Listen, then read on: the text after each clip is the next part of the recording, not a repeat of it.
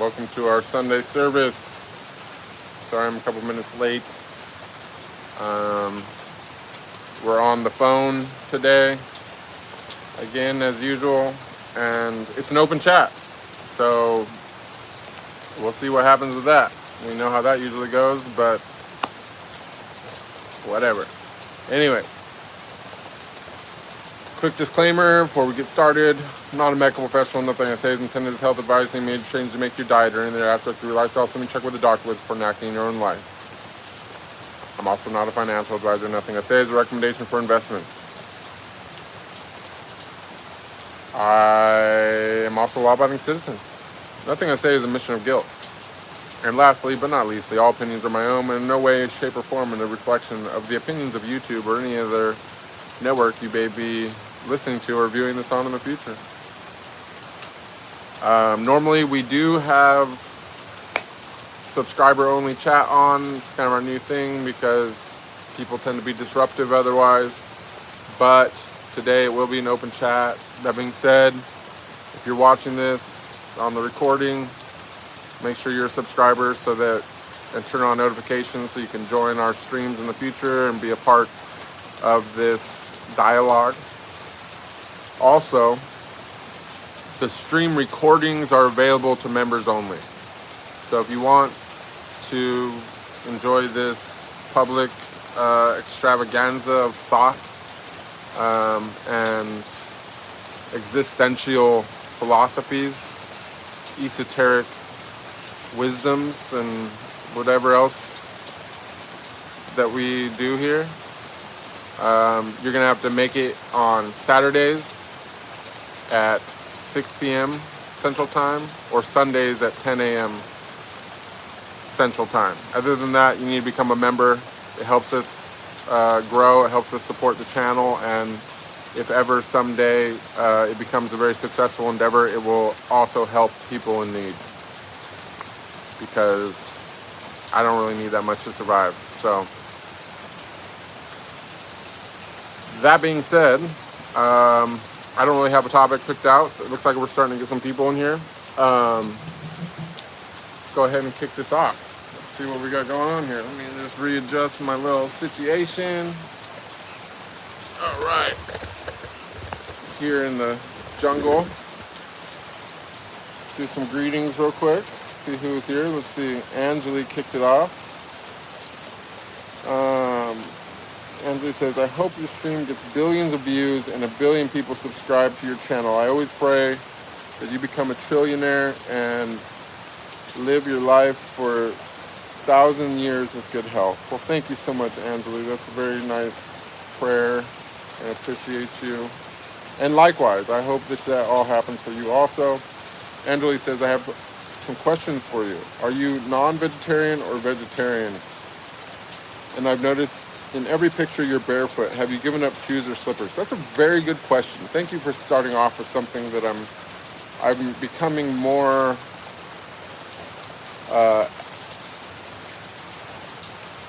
vehement about every day.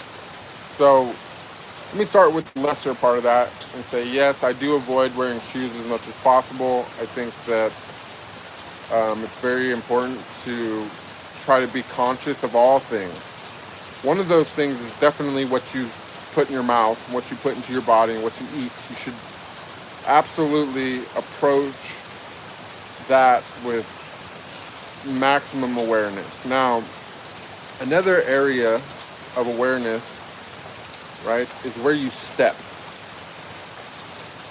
It's almost impossible, you'll even find, to walk, do something as simple as walk, especially if you're in nature or something, without destroying things and even causing the end of innocent life, right? You will find that if you're not careful, you quite often step on things totally unaware that you are destroying life just by the simple act of walking, okay? So by letting go of the shoes thing, which I do wear shoes if I'm like in a store where I think they're using like chemicals on the floor and things like that, because I don't mind. I'm not scared of a little dirt. I'm not scared of anything really nature has to offer. Like the things that hurt me in nature are usually designed to do that as like a little wink wink to let you know like, hey, you're stepping on me. You know what I'm saying? And I respect that, right? But what I don't like is like man-made chemicals and shit that are absorbing through my feet. So I do sometimes wear slippers if I'm going into like a public store or something. But aside from that, I try not to wear shoes as much as possible. Now there's added benefits of being in touch with the ground, which everyone by now is, most people are aware of the very scientific and proven effects of grounding. But what a lot of people aren't aware of is that they're killing things all the time by stepping on them. So I like to be aware of that. If something gets crushed under my foot, I want to feel it. If I'm stepping on like an ant hive, I want to know that I'm being bitten in response so that I can move and stop trampling someone's home. And also I'm aware that there is a kind of romantic interplay of energy going on between the sun and the earth, right? And the moon as well. But this is less, the moon's probably a little less relevant in this particular situation. So there's an electromagnetic field, right, that's going on all the time here on Earth. And it's because of, you know what I'm saying, the relation between the sun and the earth, right? And by being in contact with the earth, right, we can actually tap into that field in a certain way that is extremely noticeable if you've opened certain energy channels within your body. You know, most people are going through life with, you know, one or two of these channels open, and that's how they live, right? A lot of people only have one channel open, and they're literally living off of, you know what I'm saying, decaying matter in their stomach, right? Which is not really a way to live at all, right? But as you open more and more channels, one of those channels that opens, right, or should I say two of those channels, there's an electric channel, and there's also a magnetic channel, right? Once you have these channels open, you can kind of get like a little circulation going there that really charges you up and opens some new elements to life. Now, am I a vegetarian? Yes, I'm a vegetarian, and I'm pretty much arguably vegan, but I don't really like these titles. I think that this is really just the natural way of humans to be. The only thing I really eat that's not vegan nowadays is honey and bee pollen and things. But that's also kind of sticking to like our natural diet, which is supposed to be pretty much the same as like other primates, you know. Though I don't eat insects, I do eat things produced by insects in the name of honey and pollen. And, you know, there's a lot of people that argue that, oh, okay, it's in our natural diet to eat meat, we're hunter-gatherers and all this stuff, but this is something that happened somewhere along the way. We got really lost in a state of survival and realized that, okay, we could kill something and eat it, but it's not our natural way of eating. There's a lot of evidence of this, far more than any kind of evidence that we are supposed to be meat eaters. Aside from the common analogy of our teeth, which are clearly made for biting into things like an apple and crushing them up with your back teeth. Our eyes, for example, have 3 cones instead of 2, which is what predators have. Predators cannot see things in the spectrum of red. You know, orange, purple, red, all these colors are invisible to a carnivore because it's not something they need, right? We have a third cone that allows us to see this whole spectrum, which is so that we can identify fruits and things, right? Now, another difference between us and carnivores is that carnivores have an acidic saliva. We have an alkaline saliva. Our saliva is the very first digestive enzyme to touch our food, and it breaks down sugar, okay? Carnivores, not the case. Their saliva breaks down protein, and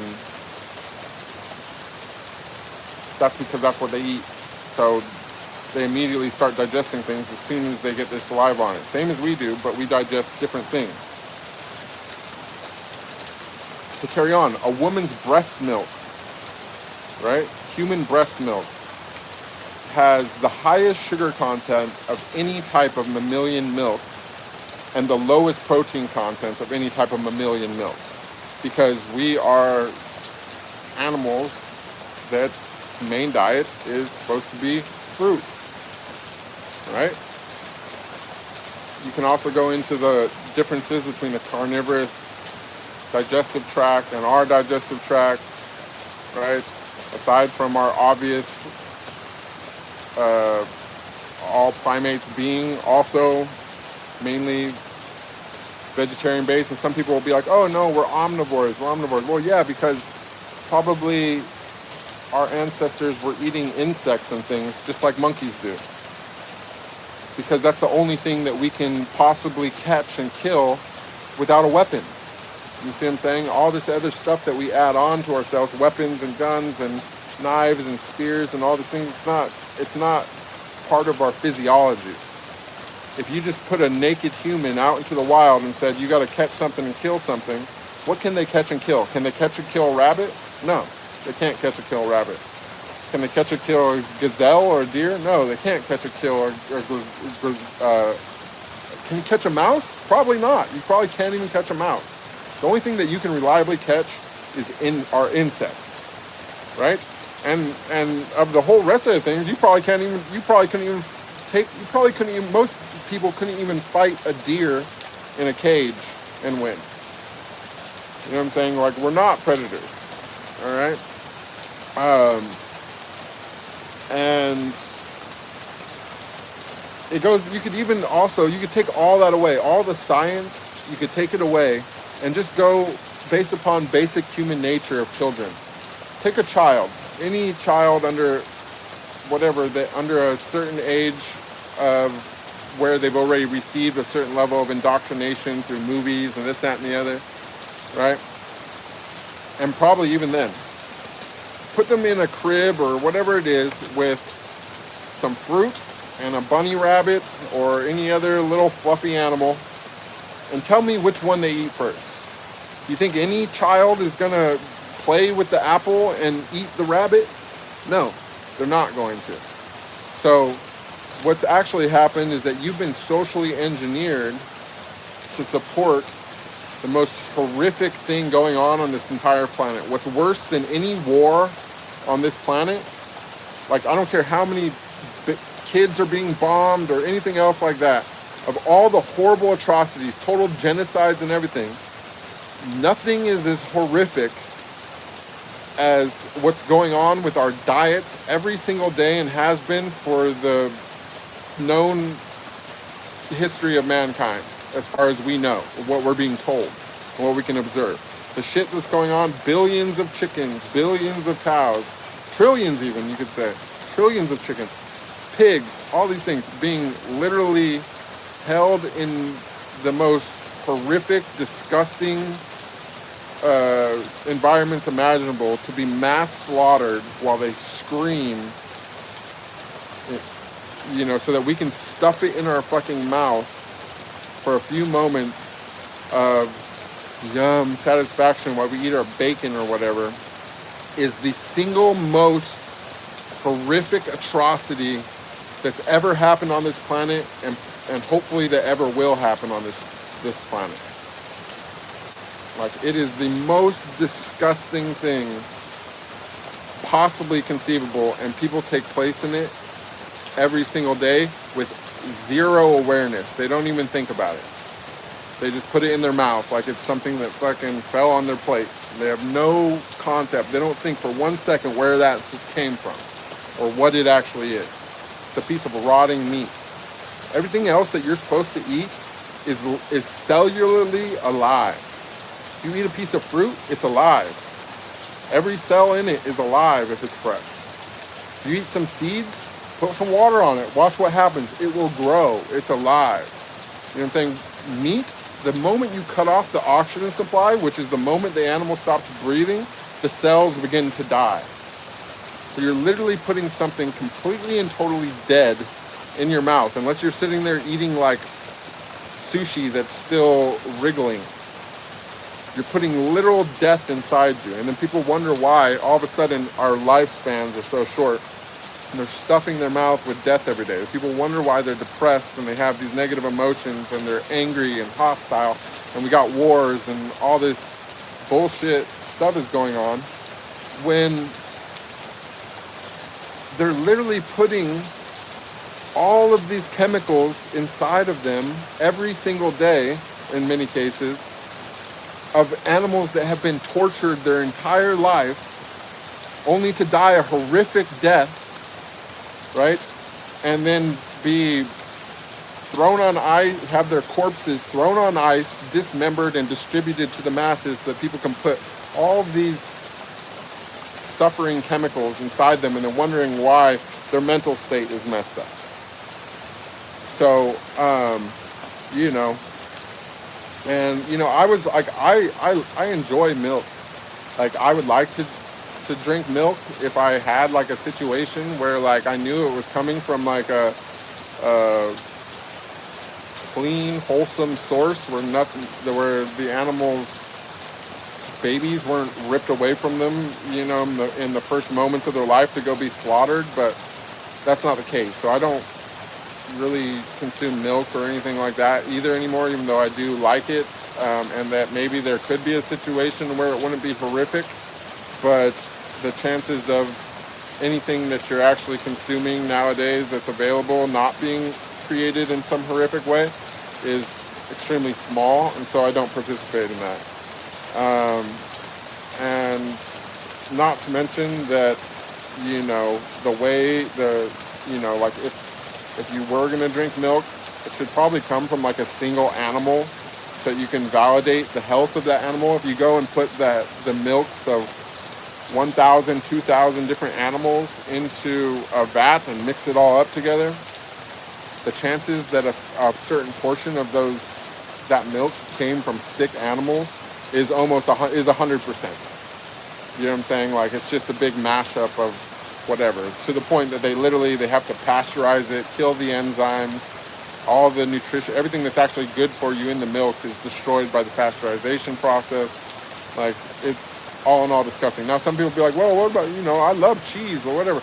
Well, keep in mind that any kind of hard cheese, other than like cottage cheese or ricotta or something like that, is made with something called Rennet, right? Which is literally, this is what they do, right? Is that they kill the cow, or the cow has a baby so that it starts lactating. They milk that cow. They take that baby, slaughter it, right? Then they empty the stomach acid from that cow, from the baby cow's stomach, and they mix it with the mother's milk to coagulate the cheese and make the cheese.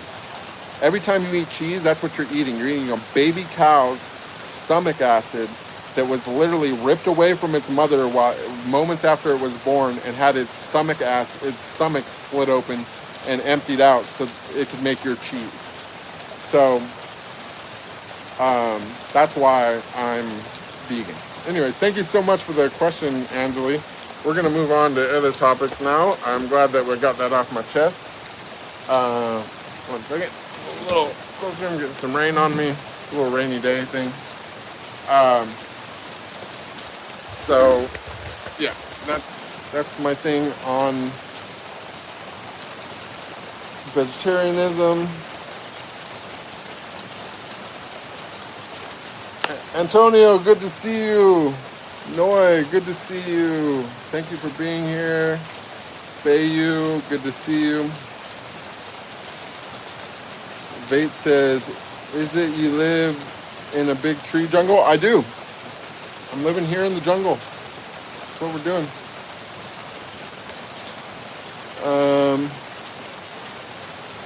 Sogo Hotel, good to see you as well. Thank you for being here.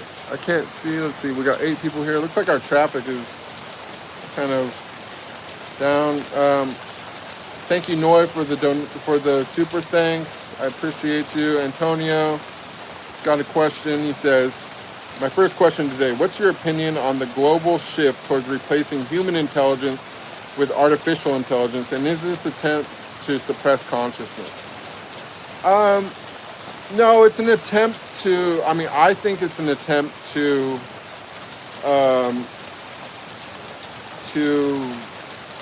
store consciousness. I think that, in the last 5 or 6 years, that our population has been genetically modified to crash very soon. And so we pretty much have gone over the hill at this point. Like, we've reached, maybe sometime in the future there'll be a new peak, but as far as like our foreseeable past, or our known past, I should say, in our foreseeable future, we have now crossed, we're over the hill, you know what I'm saying, of the peak of human civilization, of biological human civilization. Like, our population has hit its peak because we've now been engineered in a way where there's a gene now spreading through the population where the population is going to plummet pretty soon. And so while we're still at kind of up near this peak of human existence, they are, using these devices and things to gather as much of our consciousness as possible and put it into the machine, right? So they're training the future of humanity based upon the population now while it's at its zenith. All right, that's what I think. And so it's not so much that they're suppressing human consciousness, it's just that there's not going to be that many biological humans in the future. And so right now, while they have this huge sample set and this big variation, all these many variations of humans, that they're gathering all this, this different consciousness to train the machine.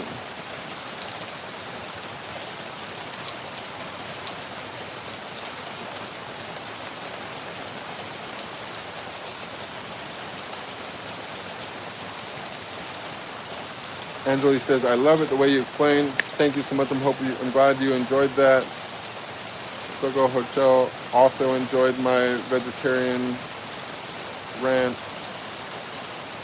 Cams, hello. Antonio's got another question. He says, my second question is about Tarzan and the Jungle Boy concept. This idea is philosophical, stemming from the evolution of human thought. It's based upon the development of human thinking. Tarzan was born into a wealthy family, got lost in the jungle, and was raised among the creatures there. His intellect developed through his environment, reaching its peak after being found by humans. This was an expression of the pinnacle of spiritual development. Could we see Bruce portray this intellectual evolution? Could he make a film about it, showing the path of human intellectual development leading to spirituality? Possibly. To be honest, I don't think I really seen Tarzan since I was such a kid, so young that I don't really remember what exactly it was all about. After hearing you say that, I'm now pretty interested in it, especially, considering I definitely looked the part to do something like that. You know, I haven't completely given up, you know, to this, well, I would say now, aside from the realm of sexual energy and the physical act of sex itself, I would say now my other, between that and spiritual, theosophical, and esoteric concepts, these are really the areas in which I have the most knowledge. But on the third tier of knowledge that I have is probably in video creation, media creation, so on and so forth. So I haven't completely let go of that aspect of my life, and I definitely wouldn't mind doing some, putting that to work, aside from these streams or whatever, into the realm of philosophy. So I would definitely consider it. Regarding the philosophical underlying current of Tarzan, I would have to watch the movie more recently to really comment on it, but I definitely would be open to creating some philosophical reenactments of things, or some metaphorical content to try to reach a bigger audience who's not quite ready to directly digest the philosophies that I'm putting forth in these streams. Sometimes I think when the beauty of, like, you know, movies and that type of expression is that you can reach people who are not quite ready to hear your message in a way that they can still enjoy, and you can implant a seed that perhaps will one day bloom into a flower, you know what I'm saying? Like things like some movies and shows and stuff that I think are really interesting, where they kind of secretly tell you some very, very, very deep philosophical and spiritual concepts, is obviously like The Matrix. There was a show, The 100, which I thought was really interesting, where they kind of portray something very akin to what I view as probably are a much, I think The 100, as corny of a show as it was, is probably a closer reality to our actual human history than anything that they're telling us in school or publicly in any kind of educational context. I think that Westworld was a really good show that kind of teaches you a lot about spirituality and possibly even the current situation here on Earth. Trying to think. There's so many of them, really. They love to slide that in. Yeah, I would definitely be open to it. Thank you, Tony. Brave, good to see you. Angeli says, my biggest question to you is, if you were God, how would you run this world? If I was God, how would I run this world? Well, I guess I would probably do the same thing I'm doing right now. I would just kick back and enjoy the show. Because the thing that or I shouldn't say we, because I don't have this issue, but the thing that people in general, the general population, fails to realize about the world is that we are looking at it through an extremely limited scope of perception regarding time, right? But time's is not a fixed concept. You know, there's some cultures that view time completely the opposite of the mainstream way, where they actually see the future as the past, and the past as something that's doesn't exist. You know, there's other people that have no word for future or past, that only the present exists because that is the reality, right? But when we look at things, like we can say, okay, we're going through a really dark chapter of history and it seems like there's no end in sight, but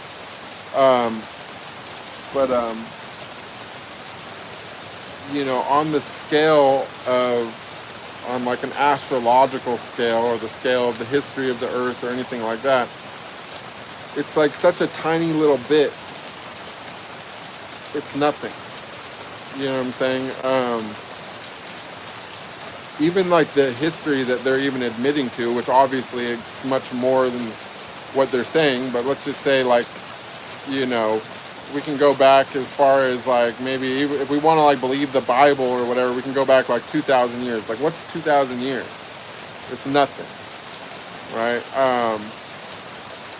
You know, when we're looking at history or time, you know, it's all about how you draw the graph, right? You got the what's going on axis, and you got the time axis, right? And so if your time axis is only going to include 100 years, 200 years, 1,000 years, then yeah, you can be on the decline the whole time.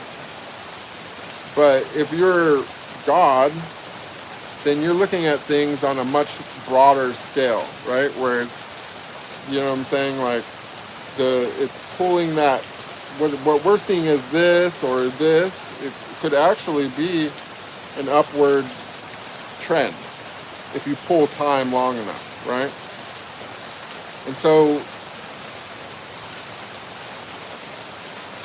you know, as much as we want to say, okay, God needs to save us and this, that, and the other, that defeats the entire purpose of the creation, which is duality, right?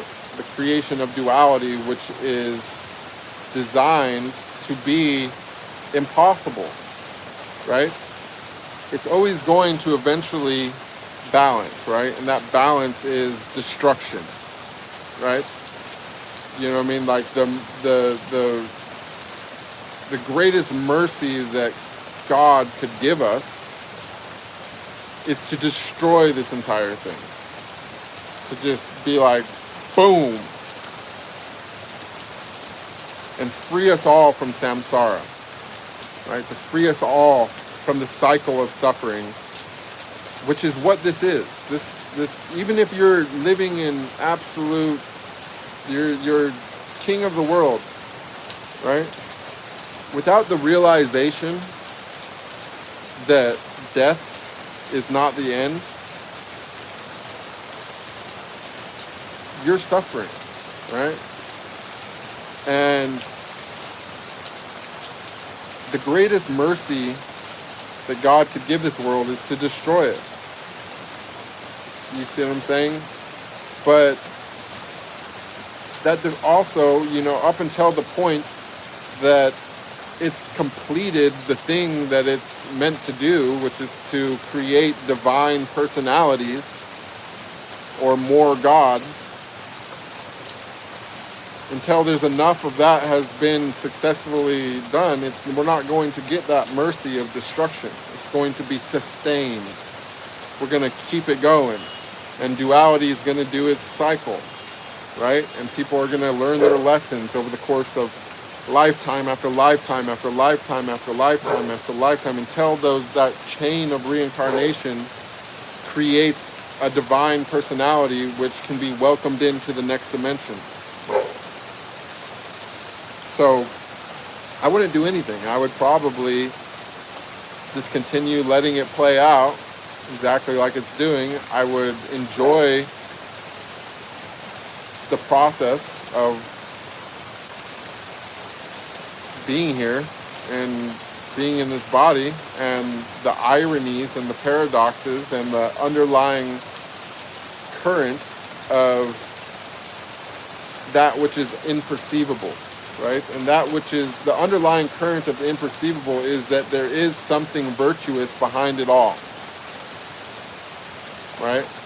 Even as brutal as this whole thing is, this whole brutal thing based upon survival and death and rebirth and this endless cycle of suffering where, you know, for one thing to live, another thing has to die, and, you know, time, right?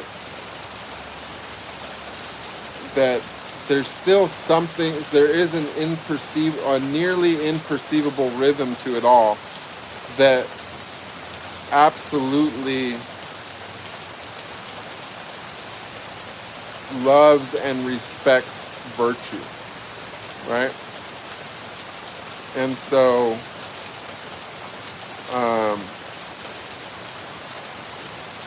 you know, if you're paying close enough attention, right, and you've already freed yourself from this fear of death and from all these desires and attachments and all the things, and you're just like, hey, okay, like, wow, this is so realistic. And you look at the world like, wow, look at this. There's water falling from the sky, things are growing, everything's eating each other, and everything's birthing each other, and it's just this incredible chaotic cycle that leads to some type of order. Somehow it continues on.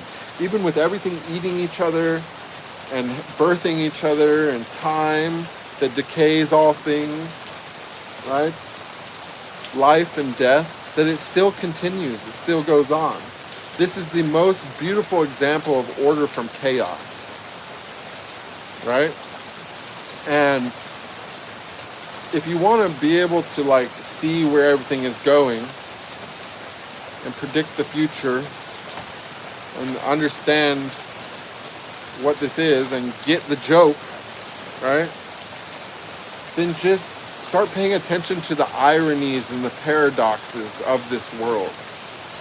Whatever is the most ironic outcome, the most paradoxical outcome, is the sure thing. Like, that's what's going to happen.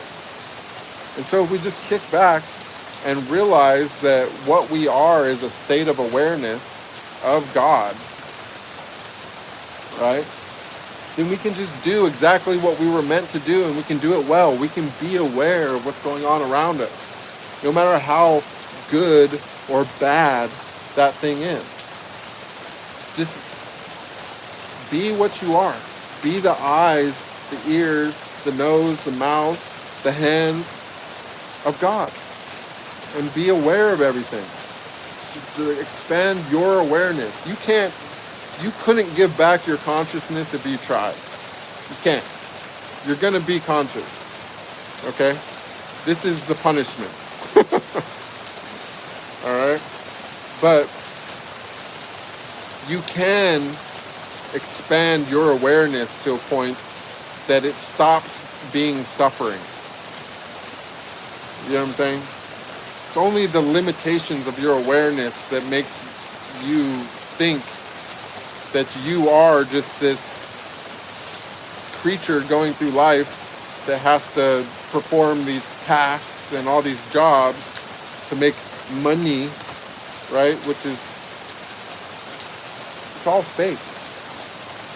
It's all just something someone made up to keep people busy and keep people doing stuff because they're playing their own game because they realize the reality of it. It's just a game. It's just for fun. But the other reality of it is it's a punishment. You know what I'm saying? It's not your punishment. It's a punishment for the one that created this thing. Because the one that came up with this concept and said, hey, let's do duality. Let's make a world where like let's make some gods. Let's make a world that creates gods. Right? And then something else, what the thing that was like, oh yeah, you think that's a good idea? All right, you do it first. You're going to go and you're going to be there and you're going to try it first. Right? And you said, okay, hold my beer. I'll do it first. I got this. It's not that it's so much a punishment. It's more like a dare. Like, okay, I dare you. I dare you to go do that. Here, I'll give you the whole thing. Boom, the power is yours. Go do that.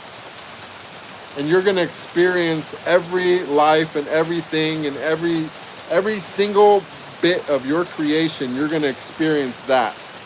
You're going to experience it all. Absolute awareness of all things that stems from your consciousness. You go do that.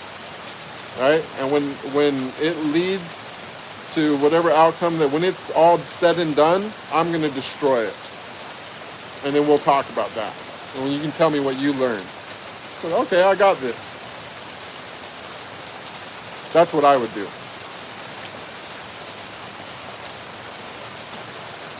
So, you know, the key to gaining the favor of our Creator, right, is to realize that you are that. And to operate your life as that. Not to operate your life as this, whatever they named you and told you you were from this country and, oh, this is your job. Okay, you got to go be educated on this. Right? If you just realize like what you actually are and do what you're actually meant to do, then you will instantly know more than what you could learn in 100 lifetimes, even if you remembered every single lifetime from the moment of birth every time. And that's the name of the game. So, how would I run this world? Just like this.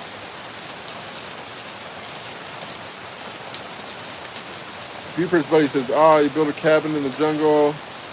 Love what you did with the place. Yeah, you know, just chilling. What's up, Nico?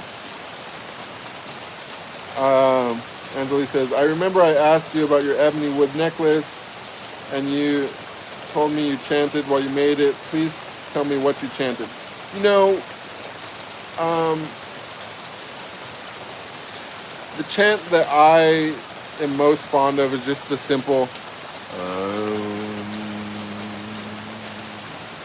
but the chant that I chanted while I made this is very personal, and it's not something that I would share on the internet, but I do find the question endearing, but we'll just leave it there.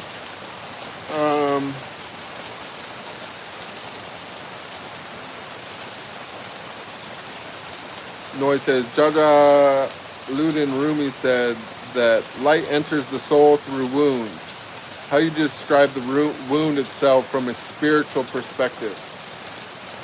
Well, it's just that to realize that life exists beyond suffering, one must first suffer. You know, you don't get to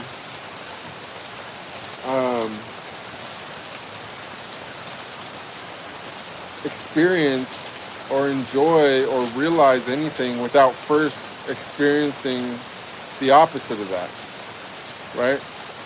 You can't appreciate sweetness if you've never tasted bitterness, right? If your whole life all you ever tasted was the sweetness of a perfectly ripe cherry or strawberry or something, right? You wouldn't think it was anything special about it. You must first taste bitterness, right? In order to appreciate how amazing sweetness is. right? And that's just what it is. That's the nature of duality. You can look at that in so many different ways, like, you know,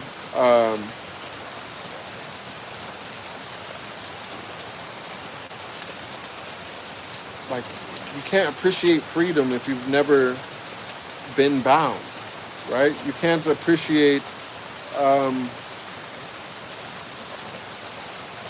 anything. There's nothing that you can truly appreciate without first having experienced the opposite of that. You know, if you never had a bad relationship in your life, this is a good example. Say the perfect person came and was just handed to you right out the gate. You never had your whatever. The chances are that you'll never be able to truly even appreciate that person in the way that you could if you never experienced something else. You know what I'm saying? You could put this in a million different analogies. Like literally anything in life you could say, you know, it's like your health. Say you've always been healthy. You just take it for granted. You know, they say a healthy man has 1,000 problems, right? But a sick man only has one. You see what I'm saying? So when you fully digest the reality of that, right, then you understand why suffering is actually a beautiful thing. Because only through suffering can we appreciate non-suffering. And through the appreciation of non-suffering, we can find our way back to God.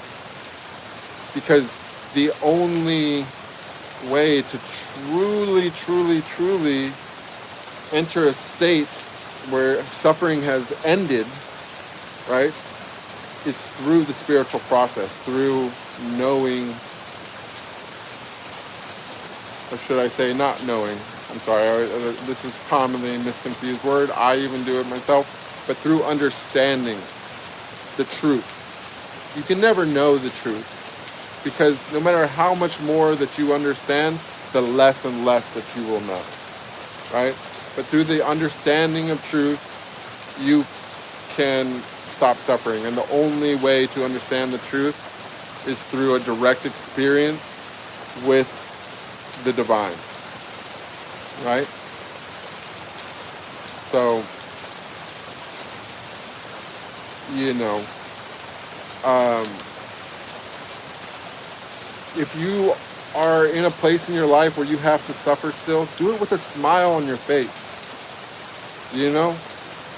If all I can say to anyone is like, if you come to the moment when you realize the end is about to come, don't be sad. Don't be scared. Smile. Be like, okay. Like they say, and this is wise words, chase everything except love and death. They will come for you when the time is right. Right?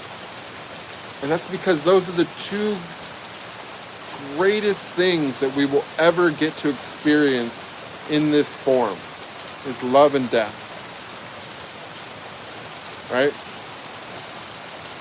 Love is the greatest thing that you will get to experience until the moment that you die. Right? And the moment, and when, you know what I'm saying, and if you want to quote Rumi, here's my favorite quote of Rumi: die before you die so that when you die, you don't die. You see what I'm saying? And that's what enlightenment is. This is what he's talking about when he says that. To experience death. Thank you so much for the gift, Johnny. To experience death without leaving the body, that is enlightenment. Because you obtain the supreme understanding of truth. And through that supreme understanding of truth, you can never suffer again. Because you know that the one thing that is guaranteed to you is going to be the greatest experience that you will ever have.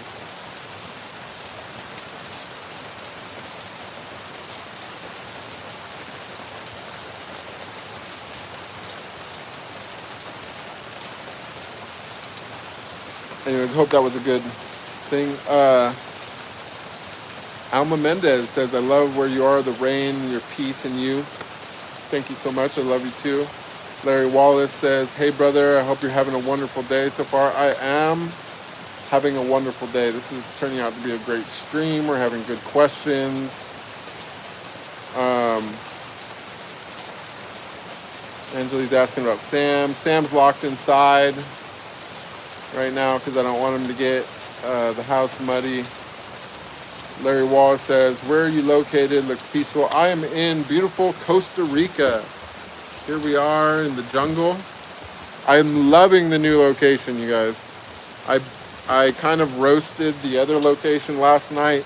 I felt a little bit bad about it because, I don't know, there could have been a good place there somewhere that I didn't see, but honestly, with the way, I just felt let down because I feel like that everyone hyped it so much online, and it just turned out to be this big tourist trap that, you know, they're making probably more money over there than anywhere in the country, and somehow they can't take care of their roads or really create any kind of infrastructure at all, and it just seems weird to me.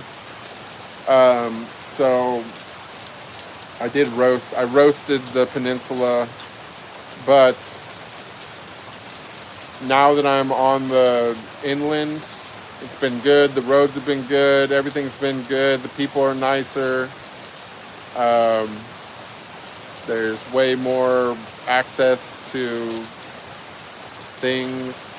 The nature is more plentiful. It's not been deforested to make pastures for cows that are going to be slaughtered.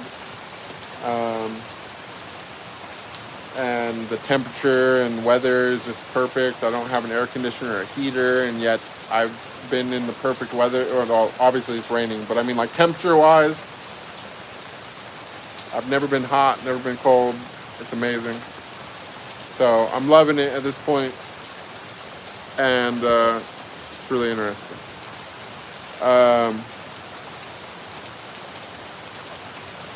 Let's see. Thank you for the compliments, everybody. Let's see. Sean Paul says, if your ego is truly dissolved and you have harmoniously surrendered to the natural order, who is the entity hosting a live Q&A? Isn't teaching your self-realization the ultimate ego trip? Well, but the thing is that my ego is not dissolved. When I actually, when the light first shone into me, right? My ego was dissolved, right? But the entity which dissolved it granted my request of bringing it back. So my ego is still very much present. It's just that I keep it under control, and it now serves me rather than me thinking that I'm it, or it just doing whatever it wants. You see what I'm saying? So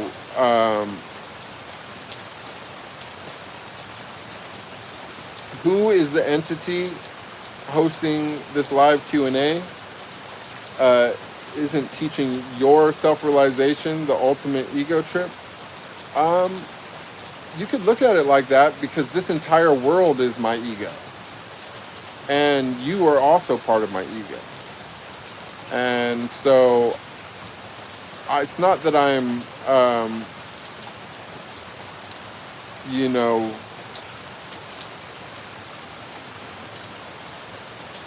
hosting this to teach you something. I'm hosting this to teach me something. Do you see what I'm saying? This is why I come on here and I do question and answer based streams. Because even if you're not conscious of the fact that you are me, right? You are still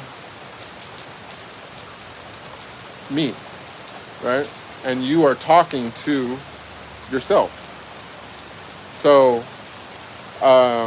this is something that I do for entertainment. And if you notice, like right now, so far in 1 hour, I've made $3.73. Right? And there are 10 people here.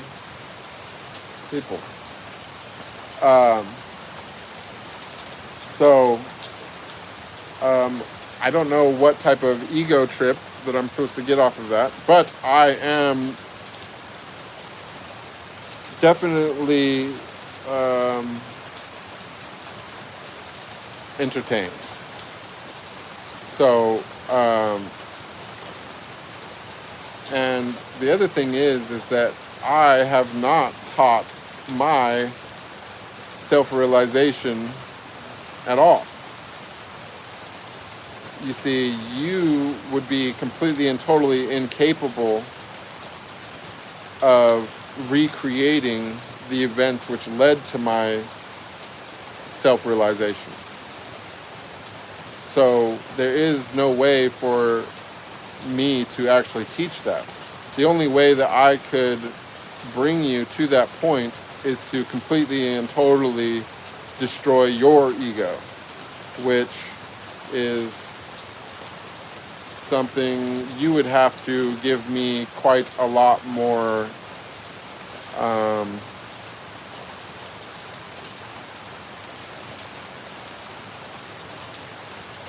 access to you in order to accomplish.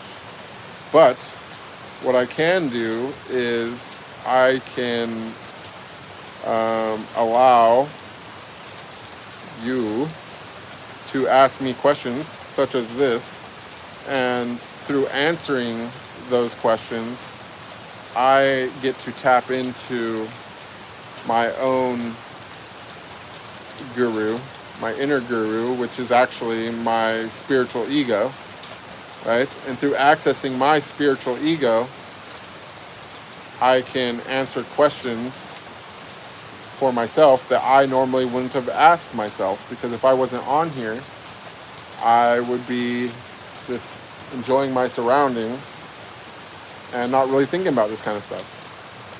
So thank you so much for the question. And yeah, it worked perfectly. The Alchemist says, hello Bruce, happy I was able to catch you live today. I'm happy you were as well. Larry Wallace says, Bruce has always got good points. Do you have any good points on mind meditation? Well, I mean, kinda. I guess it really just depends on what you're trying to accomplish. You see, the thing to me is that there's so many different types of meditation. You know, many people only think of what like they call in Sanskrit or Hindu or whatever, dhyana, as meditation, which is the withdrawal of senses, right? But that's just like one type of meditation. I prefer to think of meditation as like anything which you can do with absolute single-pointed focus.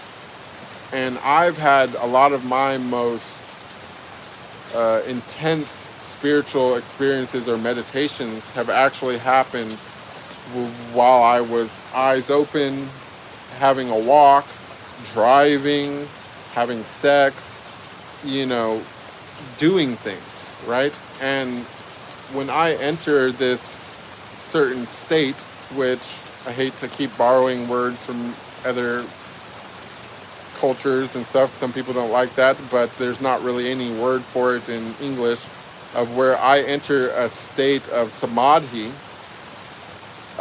What I find is that when this inner eye opens completely, that I am fully capable of existing in two places simultaneously, right? And so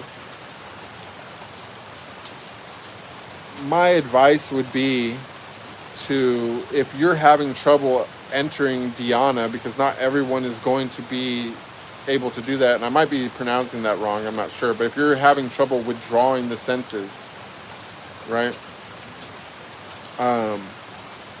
start somewhere else.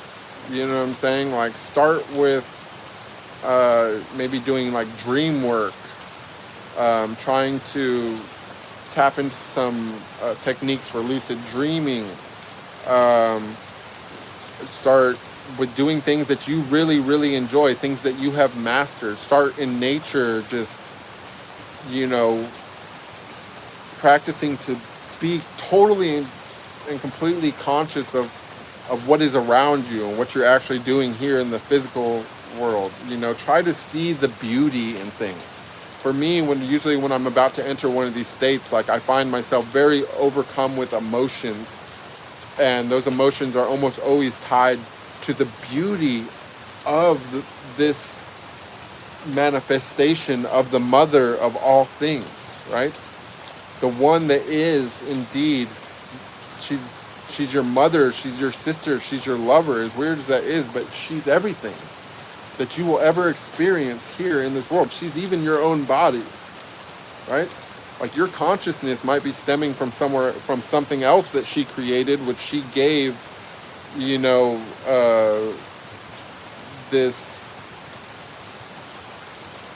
she partitioned into a state of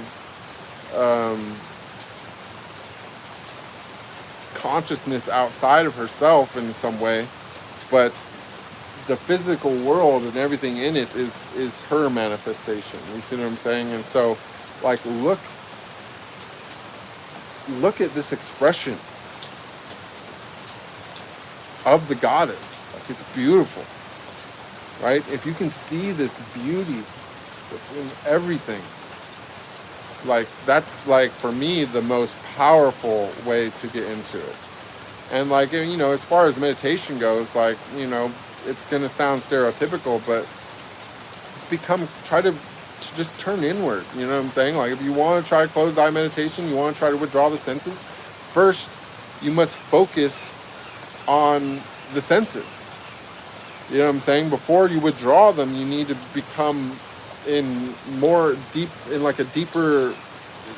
a deeper awareness of them.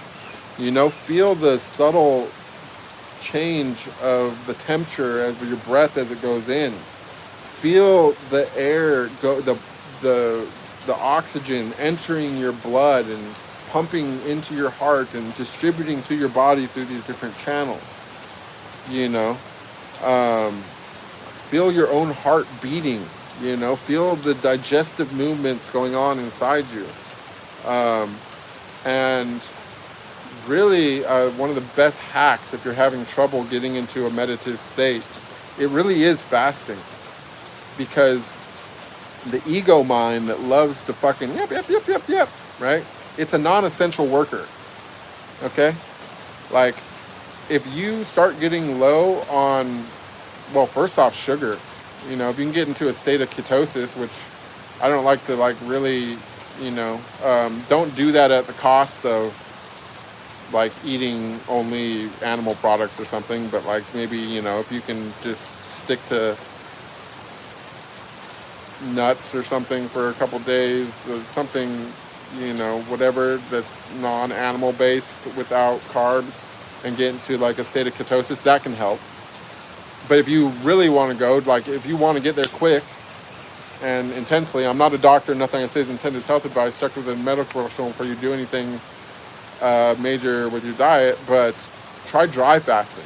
In only like 36 hours, 40 hours of no food, no water, nothing, like, don't even touch water, you can be in such a fasted place that your ego will be gone. Well, your body will just cut that on its own, because that's just like a little creation that your mind made, and it will totally let go of that to save calories and whatever. So that's probably cool little tips and tricks. Another one is, like, if your mind is yammering on, try to predict what it's going to think next. Be like, okay, what's going to be next? and you'll realize like it doesn't know. It's like, okay, so it just streams, it just continuously like does shit, but it has no clue where it's going with it. And it's like, yep, okay, well, that's not you. You know what I mean? That's just that's like a parasite that's attached itself to you. But the moment that you disconnect from that thing, like, okay, people say chase ego death, but the thing is, what usually happens is the ego fakes its own death. The ego, like one of the most common examples of the spiritual ego is like people who are like, Christ is my best friend, right? And they'll be like, yeah, he's with me all the time. He just talks to me, da, da, da. But what happened is they did the work. They had an ego death. And then that ego reinvented itself as something that was like embedded into their subconscious through religious dogma or something. And all of a sudden the ego rises again after 3 days and says, let me introduce myself. I'm Jesus. You know what I'm saying? And so you got to be a little careful with that whole thing. It's a slippery slope. But the cool thing about the spiritual ego is that if you don't let it plex up on you and create a new persona that's, you know, your Lord and Savior, right? Then the death of the demonic ego and the birth of the spiritual ego could actually end up being the birth of what they call the inner guru, right? Your inner teacher. And so if you use that spiritual ego, right, on yourself, and instead of taking that spiritual ego and directing it on other people and using it as a way to like push whatever scriptures and religious teachings and things you know, right? But the truth is that if you think you know something, then you don't fucking know shit, right? Because, or should I say, if you know something, you don't understand shit.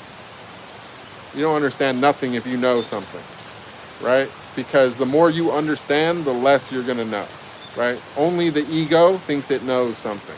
And that ego wants to teach to other people, then that's the spiritual ego trying to say, okay, no, I know better than you, right? What you're supposed to do with that ego is you turn it towards yourself and you see what you can learn from yourself. That same ego, that same spiritual ego that you want to use to Bible thump somebody else with, not saying you, but a lot of people do, same ego that you want to, you know, saying like, oh, you're a, you know, whatever, who is this talking on this stream then? Isn't this the ultimate ego trip? The same one that wants to do that, if you turn that towards yourself, right? And you'd be like, hey, yo, why'd you drink that coffee? Yo, why aren't you fasting? Why aren't you meditating? You know what I'm saying? Like, couldn't you be doing, you know what I'm saying, why aren't you doing this? And turn it towards yourself. Like what I was talking about last night is that the fastest route to liberation, right, is going to be an act of rebellion, right? And so when the rebellious spirit stops trying to rebel against this illusion of the world and instead rebels against themselves and says, okay, these are all the things that I do compulsively. These are all the things that I really like. These are all the things I love. These are the things that I desire. These are the things I want, right? And instead says, you know what? No. I'm not doing any of that because I want it. Because I want it, no. Right? And then instead turns and says, this is all the things I don't like. This is all the things I don't want to do. And says, you know what? Do that. Right? No sugar, no caffeine, no food, no sex. That's when it happens. When you enter a state of self-rebellion, right? Because the self that most people are thinking of as them, that's the ego, right?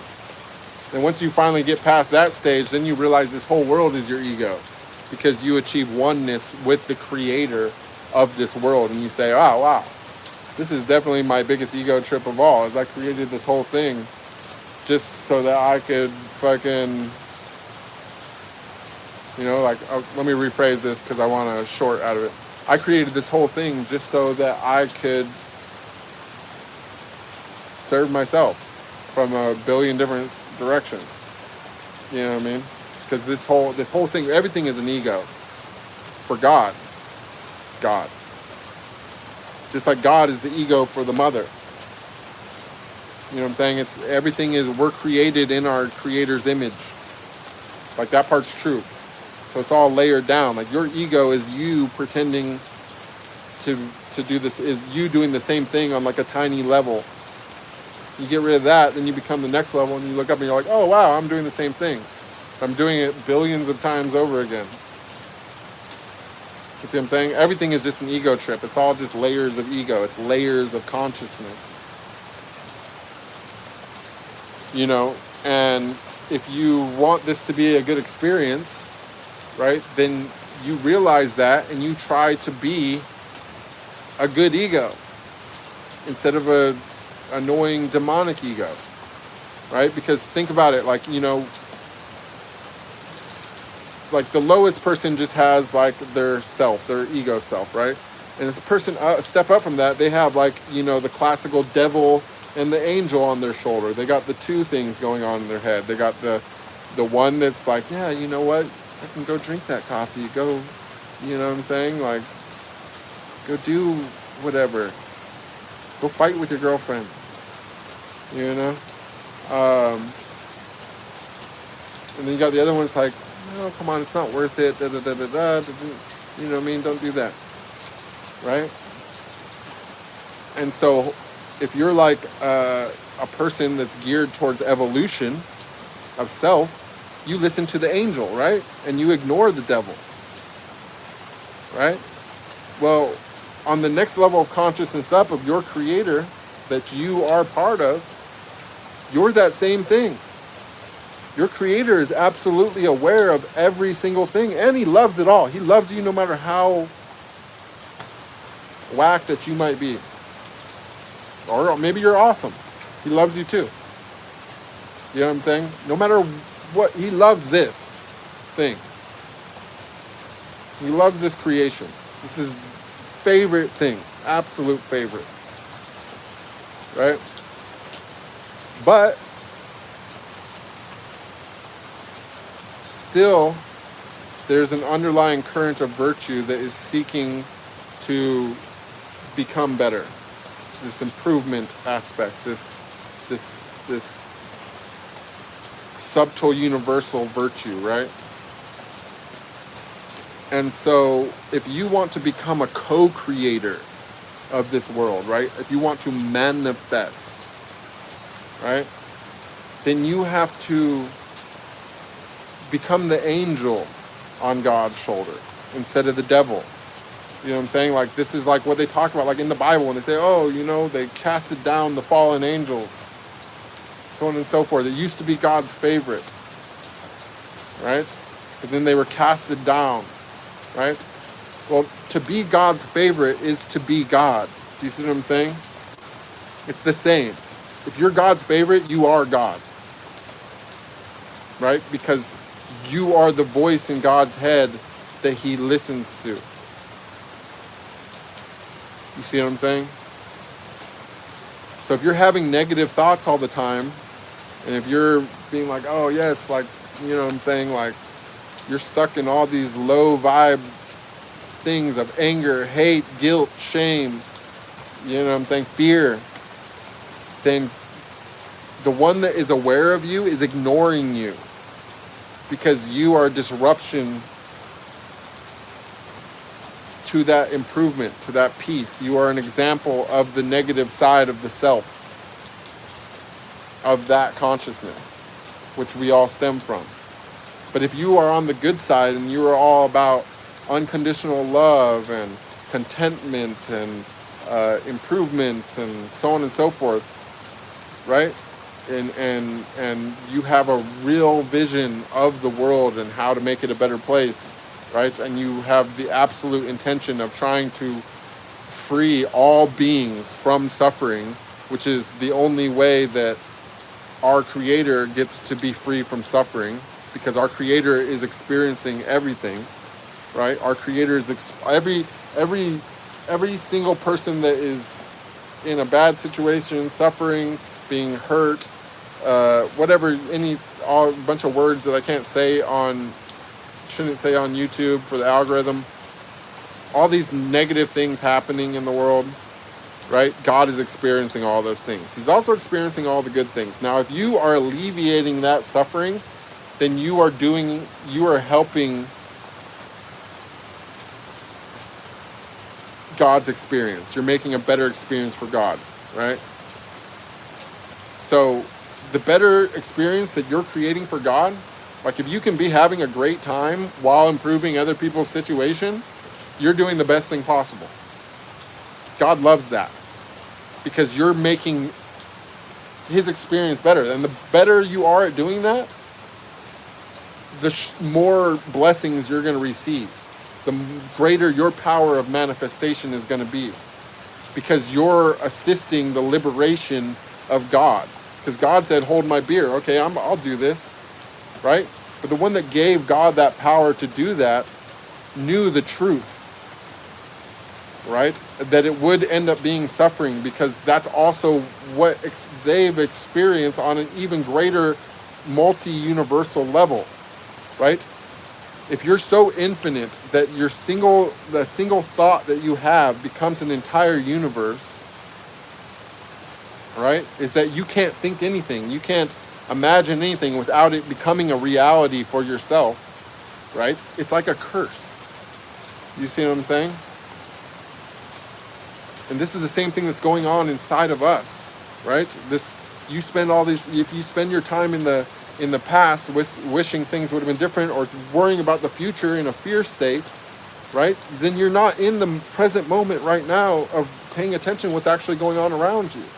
Like I could sit here and be like, there's wars going on, and I wish I would have done this differently in the past, and oh my gosh, like, what if I get something happens to my dog, or I get stranded here in a foreign country, or what if World War III happens? Like, you know what I'm saying? If you're just sitting there worrying about all the shit instead of being like, oh wow, it's such a beautiful rainy day, the weather's perfect, these plants are so beautiful, like, you know what I'm saying? Oh, let me maybe talk to some people that are doom scrolling on their phone, that are completely enslaved by fiat currency and da-da-da-da. Maybe I could like speak some reason into them, and they can enjoy their day or something after this, because it's not that bad. Whatever's going on around them is maybe, you know what I'm saying? Maybe it's okay. You get what I'm saying? So basically, there's no such thing as praying.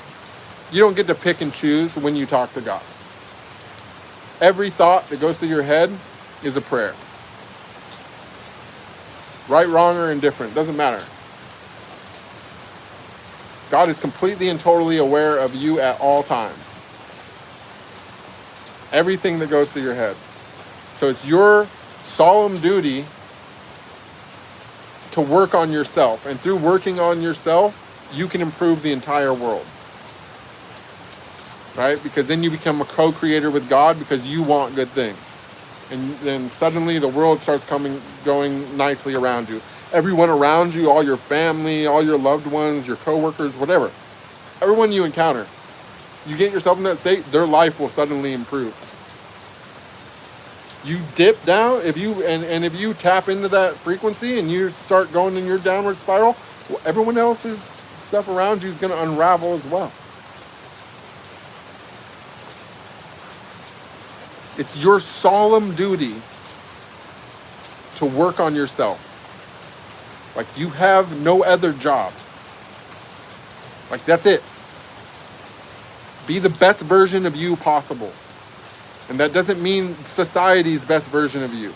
Because somebody else is playing the game, and they got this big image of how they're going to fix all this stuff, and this, that, and the other, and you know what?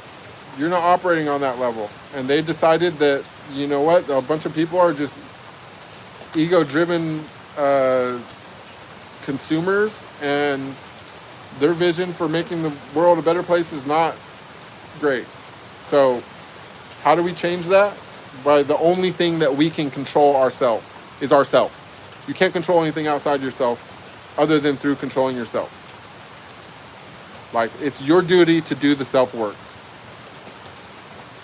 And I love you guys all so much. Sorry, I didn't mean to get into like a, but I let my ego come out to play and he scalded you for a second, but it's with love, unconditional love. You see what I'm saying? I'm talking to myself. You got to remember that. When I'm talking to you, I'm actually talking to me. So even if I'm like, that's me being like, listen, you fractalated version of me, chill the fuck out, do the work.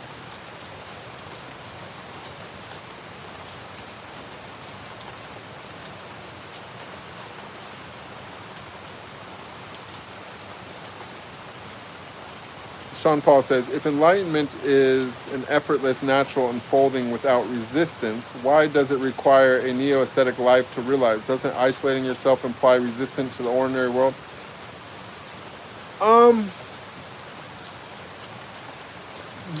I mean, look, we would all love to be born, you know, we've seen the religious stories. Jesus born to the virgin, never sinned in his whole life. Buddha was born and the trees bowed to him.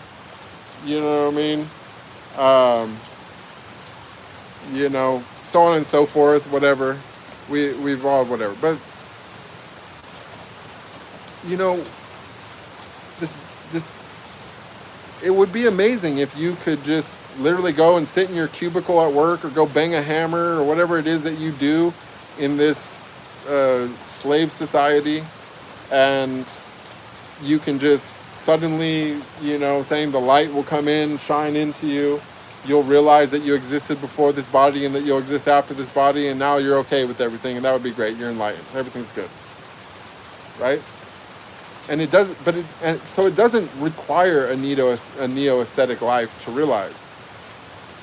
It's just that it's a way.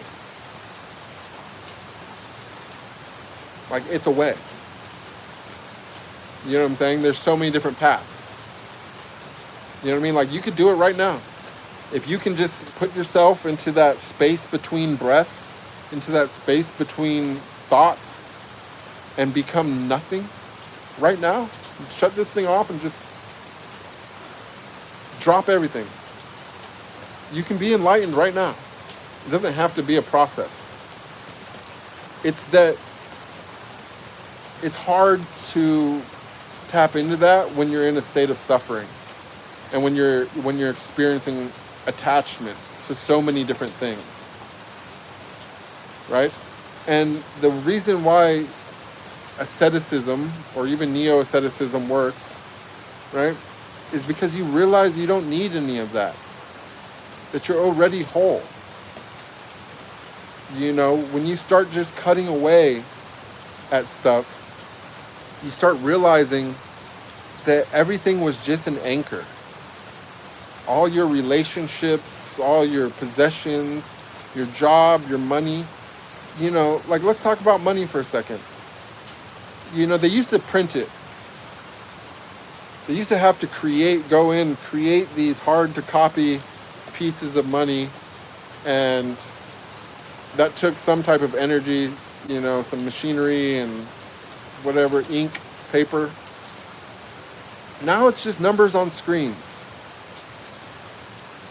And accounting, because they keep really good track of it, right? And people will kill for that. They'll steal for it, you know? They'll do all kinds of things. People will do things that they consider totally disgusting for it, just for numbers on screens. Meanwhile, somebody else controls it. They can take it away, they can give it to you.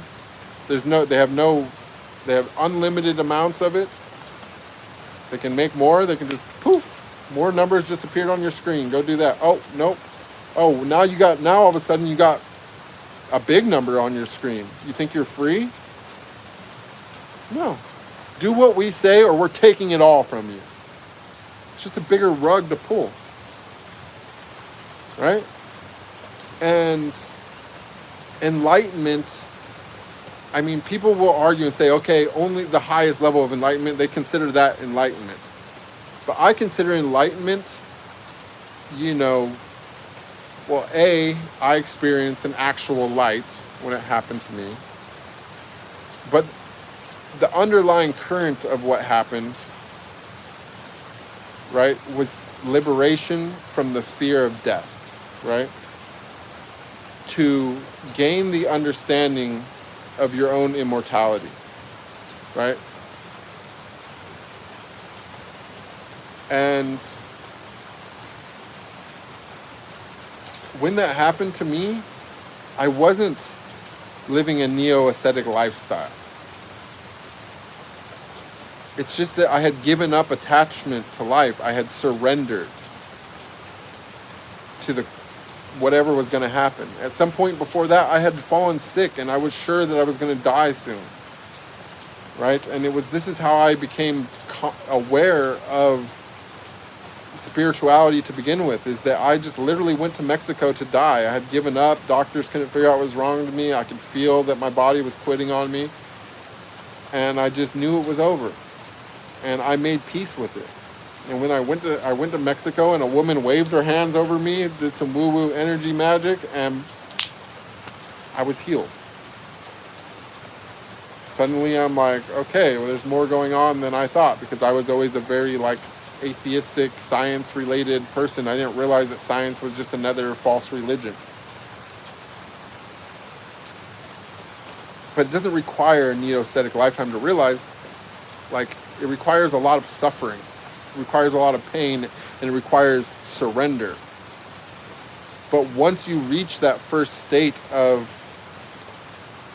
enlightenment, right, there's many levels still that you can go. And it's not that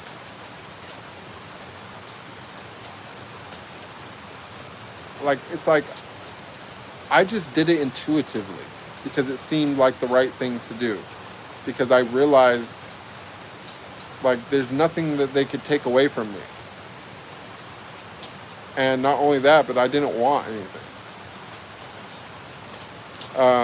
But what you're saying is actually super wise, Sean Paul, because at some point I realized also that my isolation was stopping me from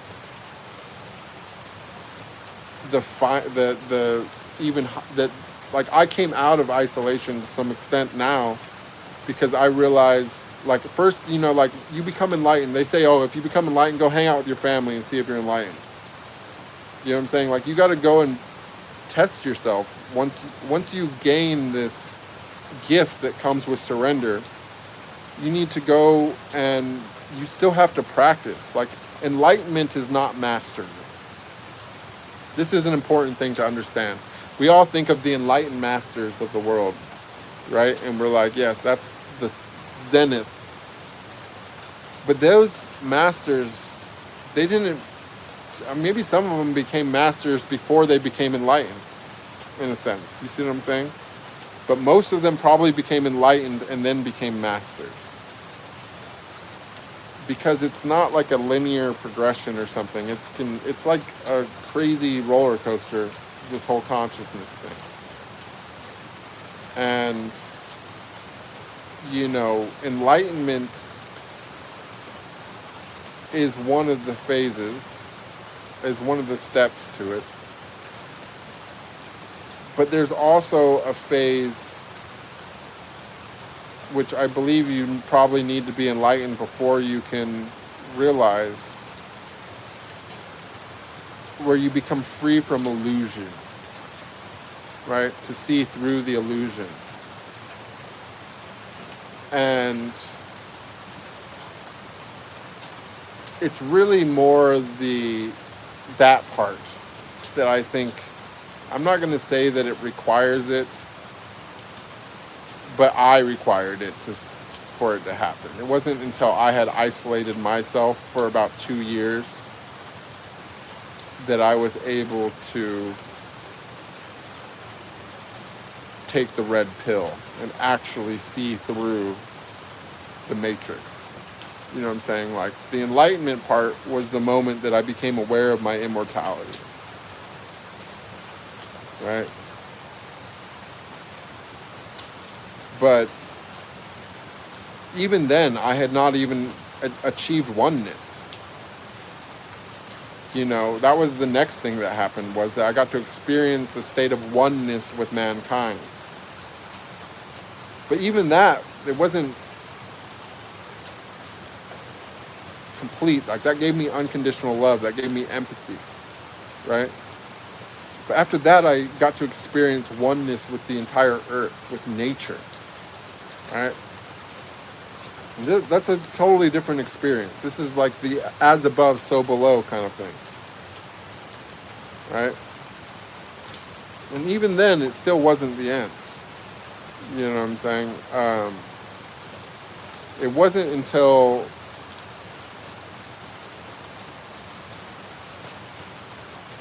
actually gaining conscious access to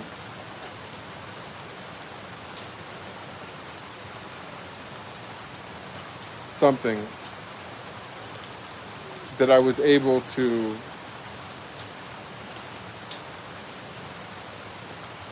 fully understand the depth of the illusion which we are all experiencing. And that part, perhaps there's another way, but it wasn't the way that I went through it. You know what I mean? Like, we look at these different religions and things, and, you know, most people are map readers, not map followers. You know what I'm saying? Like, the average person will read the Bible, and they will look at the words of Jesus or whatever, you know, or if there's someone's into the Old Testament, they'll look at the 10 Commandments. They'll be like, these are the rules. I got to follow the rules. And then I'll go to heaven or whatever, right? But they're not realizing what the text actually is. That's not how you follow the text. That's the text that that's the teaching that somebody gave to the sleeping population so that they would not hurt their karma and not hurt the world, and to help free the consciousness which they had tapped into, right? To help alleviate the suffering of God. But hidden within those words is a completely different thing.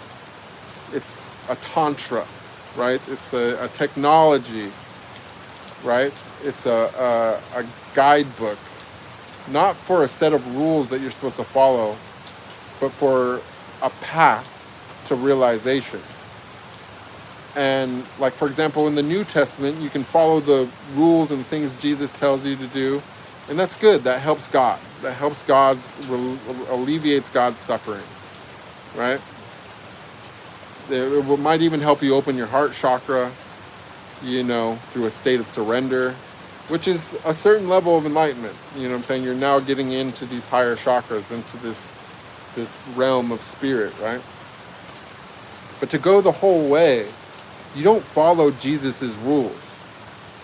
You live out Jesus's life, right? That's the proper way to use something like the New Testament, right? For one portion of the population, it's a set of rules and things, right? Which helps the world. It does. If you can follow those rules, like, it's good. You know what I'm saying? Most people don't do it right. But, you know, to be attempting to have humility, meekness, so on and so forth, it helps the world, right? Turn the other cheek, by all means.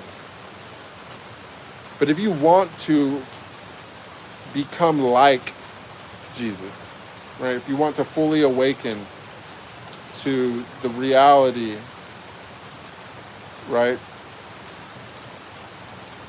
that the kingdom of heaven is within, then you don't do as he says, you do as he does. You see what I'm saying? This is the same for Buddhism. This is the same for all religions, I assume. I haven't read every religious book there ever is, but more or less I can assume that this is the case. Um, you know, like I like Taoism because it actually like Tao Te Ching like tells you like it is. It gives you the raw formula for the direct path. That's why it's called the path, the way, right? And you can read that in one day. It doesn't have to, you know what I'm saying? The direct way is not super complicated. When you develop something big and thick like the Bible, this is a tantra, right? This is a path. You are following in the footsteps of that person to try to use their method for realization. What I'm doing here, I can't give you every path. I can only tell you the way that I'm sharing my story, because someday it is right now being recorded live on the internet. Someone can go and be like, this is what he did. He told us everything that he was doing the whole way. He showed us the path that led him to realization. You know what I'm saying? It's not the only path. You can go and be Jesus. Go follow in Jesus' footsteps. Go follow in the Buddha's footsteps. You know what I'm saying? Whatever you want. Go do that. I'm just offering a way that it's more modern and it's more relatable for some people. You know what I'm saying? Like, if you're a perfect saint, born to a virgin, and want to go and think and you can relate closer to Jesus, then go do that. But if you're a sex addict that smoked a bunch of weed and was in prison and had a life more like mine, like, I'm here for the sinners, right? It's hard, you know what I mean? Like, I'm not going to tell you I'm going to forgive you for your sins. I'm going to tell you that, you know what I'm saying, you got to work on yourself, right? And that if you want realization, you got to, like, the path that I see as the highest path to realization is not through learning anything at all. It's through unlearning everything that you've been indoctrinated with. It's through purging yourself out of all these toxins, both mental and physical. Right? It's through surrender, but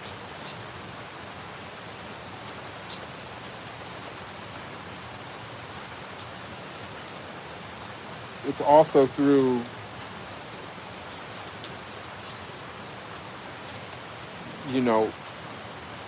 creating a vessel for the divine. And you do that by removing as much space, creating space inside yourself, right? Erase everything that your ego feeds off of, right? Embody virtue, right? The 7 deadly sins, the 7 godly virtues, right? 7 chakras. The 7 seals of the book of Revelation. You know what I'm saying? Like, it's a thing. This is just the dial on these energy centers. And only through unbecoming that which we created can we create space to become a vessel for that which created us. I'm saying, you guys, I gotta use the bathroom really quick. Please don't leave. This is a good stream. I will be literally back in 2 minutes.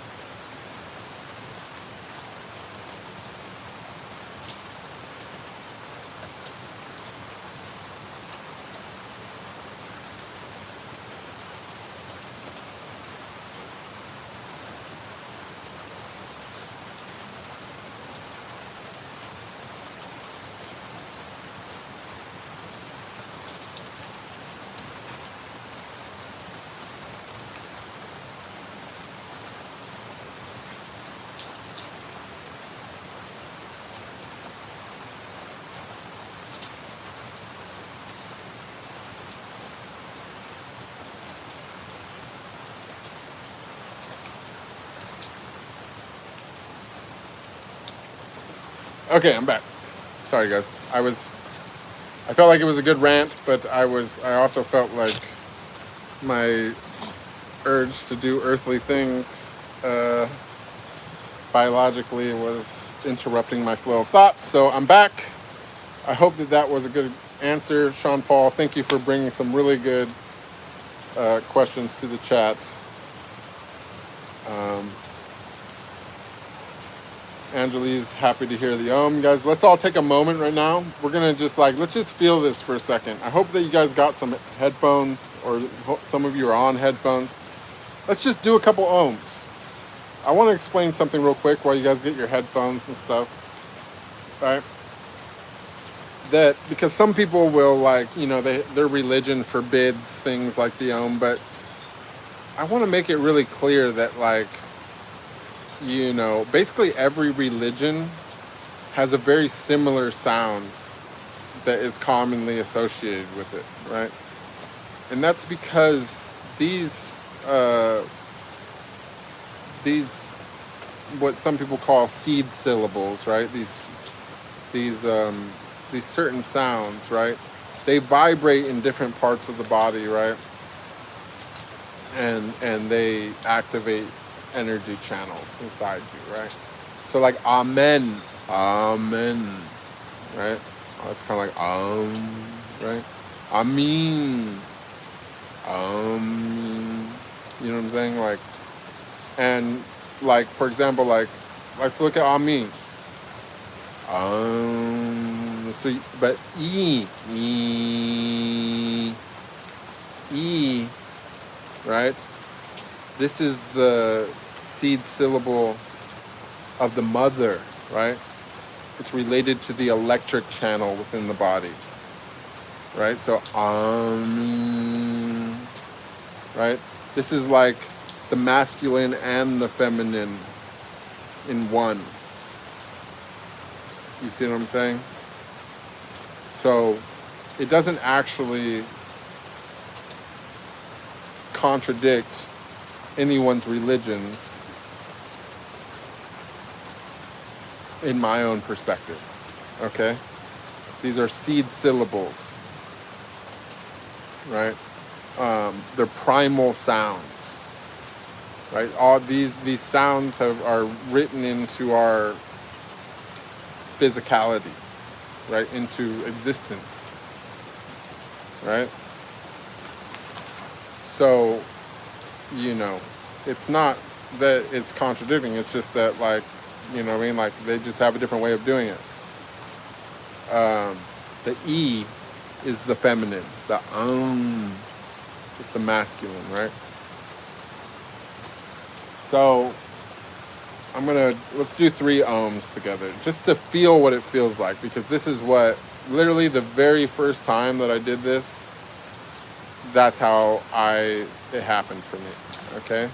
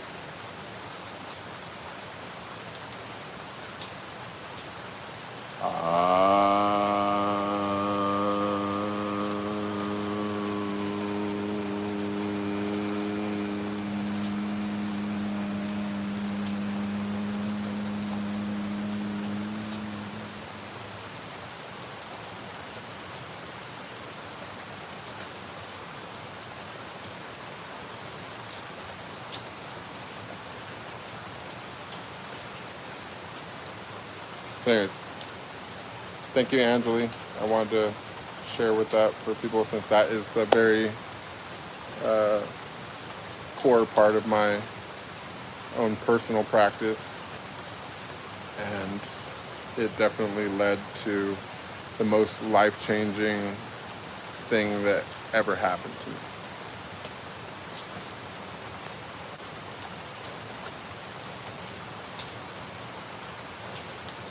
Sean Paul says, you admit you still have an ego. If you are still undergoing ego dissolution, how can you safely guide others? Isn't a mind that is still bound by ego just leading others into an ego trap? No, I explained very clearly, Sean Paul, that I am not bound by ego. I chose to have my ego restored, right? Because through the realization that I was not the ego, right? I became the master of that demon, right? Rather than being controlled by it. So what you're going through right now is spiritual ego. You see what I'm saying? So you're being triggered by what I'm saying because you think that it contradicts something that you think you understand.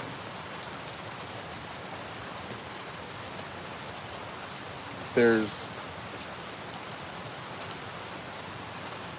3 paths, right? There's the left-hand path, there's the right-hand path, and there's the middle path, right? The right-hand path is the path where the ego is completely dissolved, right? The left-hand path, right, is where it is embraced and it is used as a vehicle for liberation, right? And the center path, right,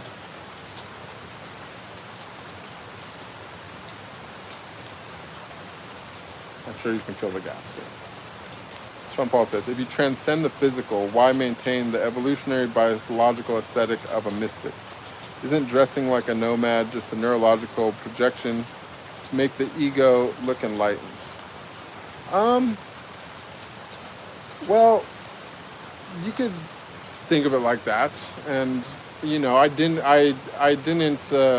do that for a long time. But because of my hair, I was encountering a situation where people would treat me poorly because they see a person in a t-shirt and some shorts. You walk into a store and they think you're gonna like steal something or something like that. You know, I was staying in LA for a while and they have a big problem with homelessness, and it's hard for the average person to really understand what's going on there. They just assume that you are whatever their own internal perception is perceiving. And so by adopting something a little bit stereotypical, it is a simple way of creating a different image in the average person's mind. And as much as it might be corny, it works, right? You know, my beads are a genuine, something that is important to me personally. I don't really consider that part of it. And then on top of it, like, I live in hot places and linen is fairly much the superior fabric for hot weather. So you can continue grasping with your own ego while trying to point out mine, but um, it's not going to benefit you as much as just working on yourself. You know what I'm saying?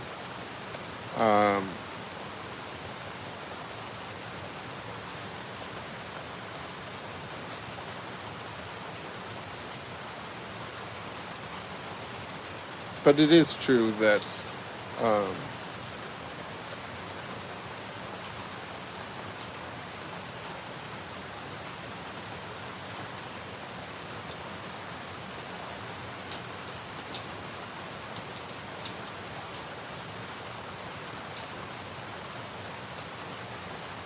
it doesn't really, enlightenment doesn't have a look,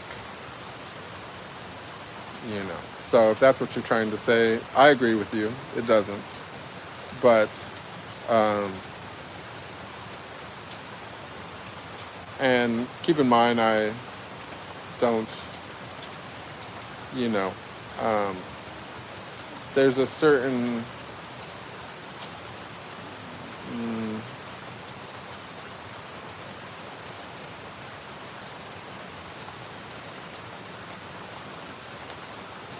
virtue in being able to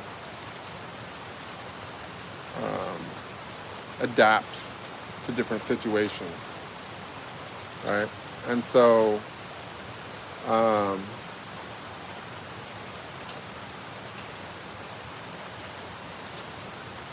just as easy as I can put on a linen shirt and, you know, be the stereotypical spiritualist person, I can also just throw on a t-shirt and some cargo shorts and put my beads inside my shirt. So, you know, there's that.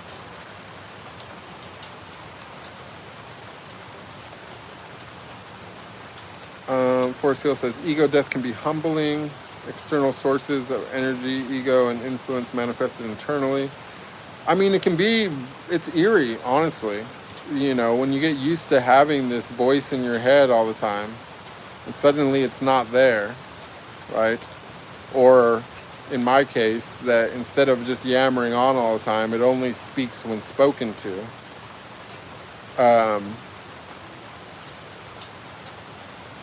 It's weird. It takes some getting used to. You know, we get used to this constant yum, yum, yum, yum, yum going on in our head all the time, and then one day it's just gone. Or even weirder is that a completely different voice is there in its absence. It's weird. But it's in that silence that you realize bliss. You know what I'm saying? It's in that as soon as that voice is gone, or that it's, as I said, like under control to the point that it doesn't talk unless you ask it something, that it serves you, right? You can feel it in your spine. Like that silence is something that it doesn't just resonate, it's not in your ears. You know what I'm saying? That voice that you've been hearing the whole time, you never heard it through your ears. It was inside you, right? And in its absence, it literally feels like space. Like I can sit, and when I breathe,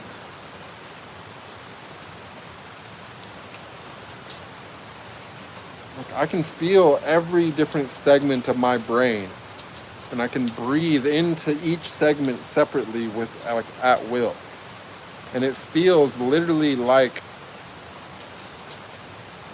almost orgasmic, right? But that space didn't exist before. I mean, I can do it with my heart as well.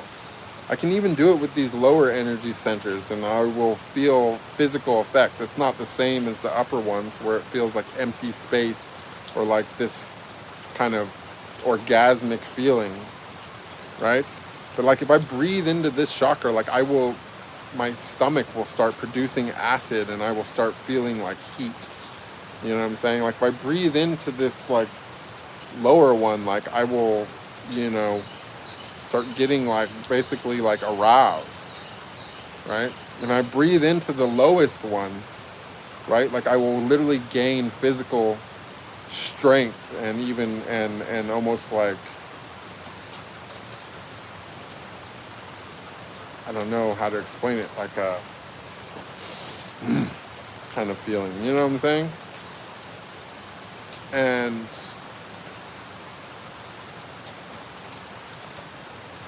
like none of that was there before, because that little yammering voice was just like sapping all the resources. It fills up everything. You know what I'm saying? It's through making that thing, even if it's not gone completely, through making it smaller, it creates space for something else that is absolutely tangible. Like when it's absolutely quiet, you can just sit and you breathe and you can just feel this glow radiating from your spine. Like,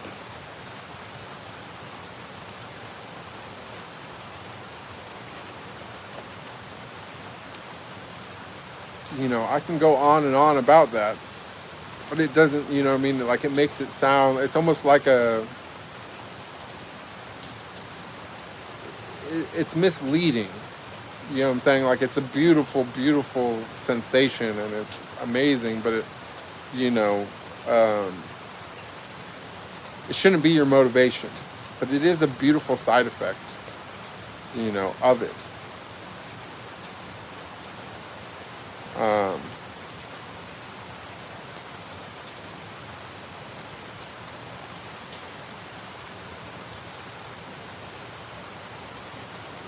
Here, I'm going to come back to your comment, Mr. Wanzi, but let me finish Forest Hill because I just started on his, and there's a string of him. He says, it's not Christ you worship, it's the messages and enlightenment you find for yourself and apply it to your life and goals. It's not the shrooms, they're just a catalyst for what you have inside to unlock. And theurgen means divine within. It's already in us. This level of consciousness found at human level of the ecosystem on Earth. Yeah, man ego is a canvas we paint, layers we paint over time. What requirements are there?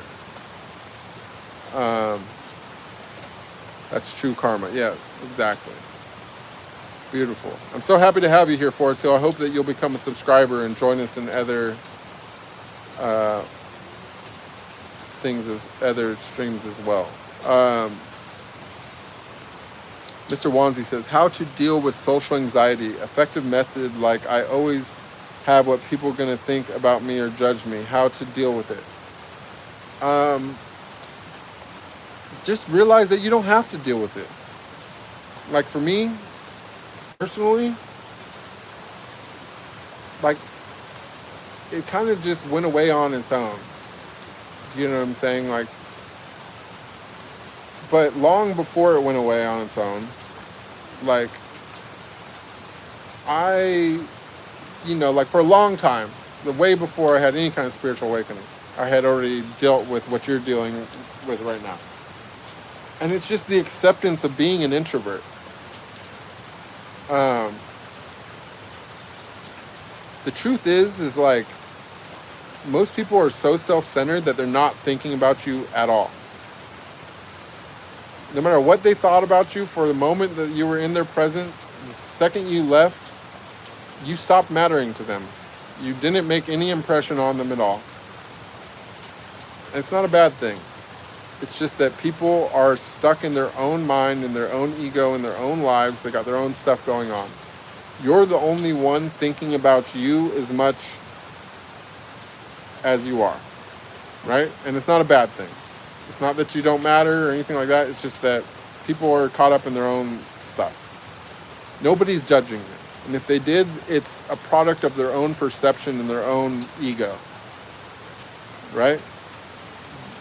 If you have that effect to where someone is truly judging you, it's them wrestling with the same thing that you're wrestling with and how you made them feel, and you made them conscious of their own limitations or their own things or whatever. You know, even if it's on the totally other spectrum where they feel superior or something like that, it's just an illusion of grandeur. You see what I'm saying? But more so is learn to accept yourself, even when you're by yourself. And that also includes your preferences towards being alone. You don't have any obligation to be around anybody else. You don't have any obligation to enjoy the things other people enjoy. If other people want to go to the club and the bar and, be in a big crowd and go like this and act like they're having a good time, and maybe some of them are, let them. You probably don't think that's a good time. You probably think that that's fucking horrible. So go do what you like to do. You don't have to do what other people like to do. You don't have to socialize. You can just learn to be you. Learn how beautiful it is to be completely and totally content by yourself. Learn the value of the superpower that is wholeness within. The moment that you become absolutely, totally comfortable when you are by yourself, you will be able to carry that comfort into the situations where you have to go into public and be around people. But learn you. Think about you and what you like, what you enjoy. What do you actually find peace in? It's clearly not social interaction and being around other people. So why do that more than you need to? If you are in situations, maybe you go to work and you have to do all that, put yourself on a trajectory away from it. Find something different. But above all things, realize that people are self-centered. People are so stuck in their own head, their own insecurities, their own ego, their own pride. They're not thinking about you even 10% as much as you think that they're thinking about you. And if they are, then that means you made a real impression on them.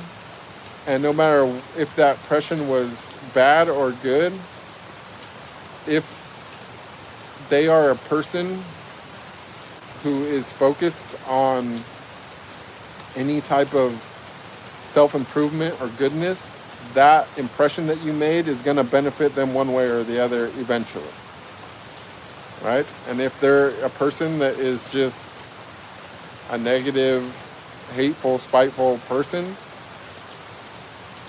then it's going to, that attitude and whatever exists within them that makes them like that, not that you should take peace from this or anything, but it's hurting them more than it hurts anyone else. And the only emotion that you should have towards them is compassion rather than self-consciousness.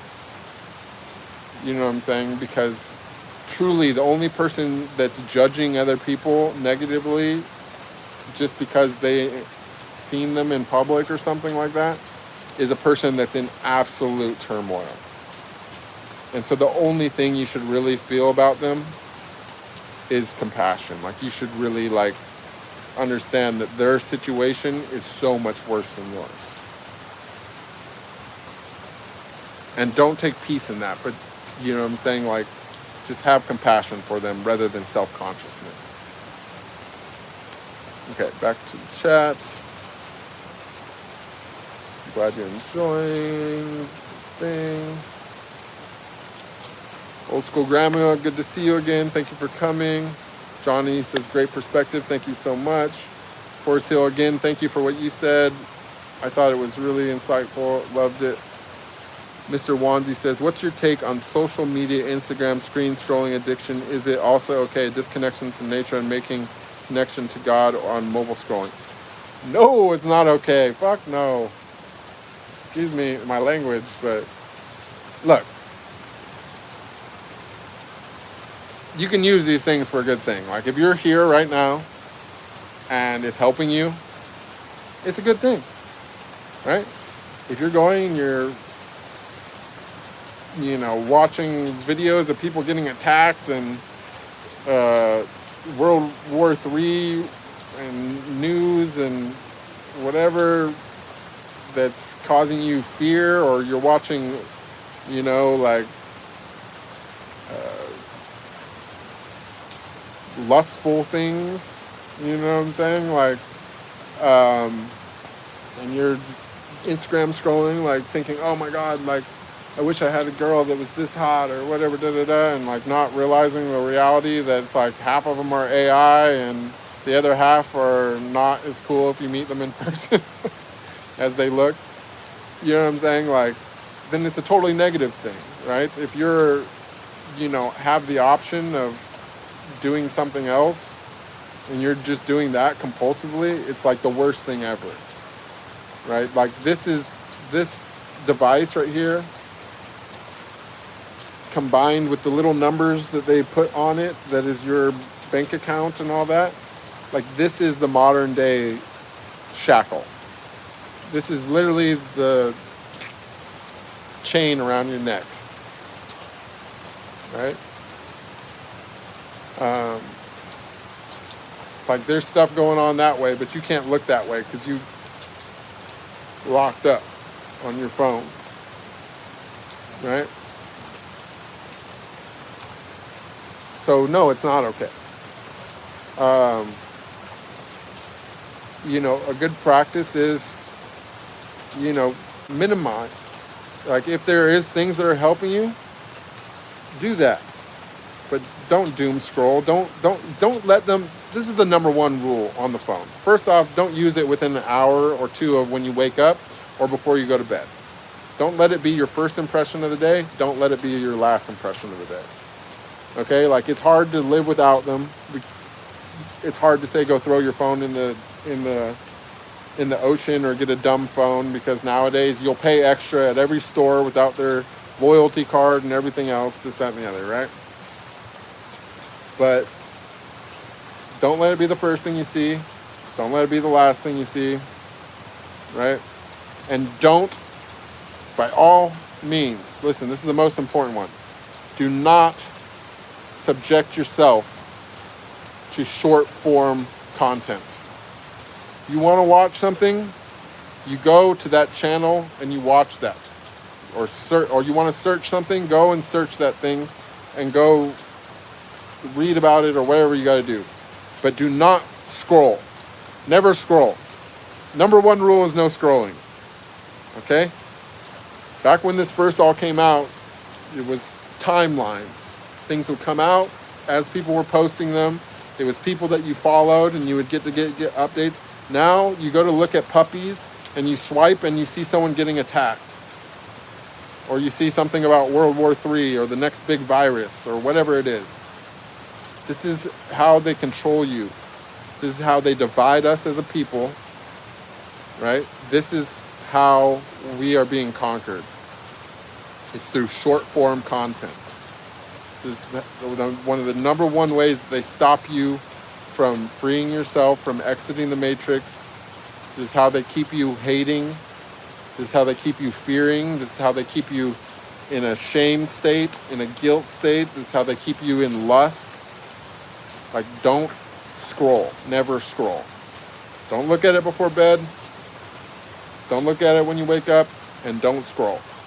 If you want to know something, go, like, use this thing as a tool and with purpose. But never allow them to control what you're seeing. Never allow an algorithm to decide your mental state. Never.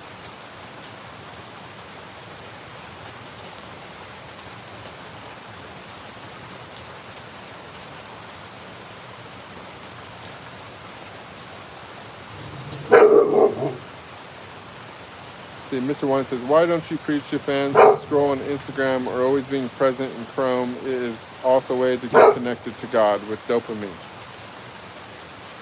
Well, you know, it's kind of like what I was explaining earlier was to appreciate sweetness, you have to know bitterness, right? So, you know, if you're constantly getting dopamine, it's no longer a reward, it's an addiction. You just keep needing more and more and more. Um, and one of the best things you can do is to re-sensitize yourself. You know what I'm saying? It's kind of like another good, I mean, if we're going to talk neurochemistry and ways to transmute weakness into strength, a good example is like a lot of people are addicted to caffeine, right? I'm going to give you guys some deep, what Buddhists called, I could be saying this wrong, but I think it's called upaya, right?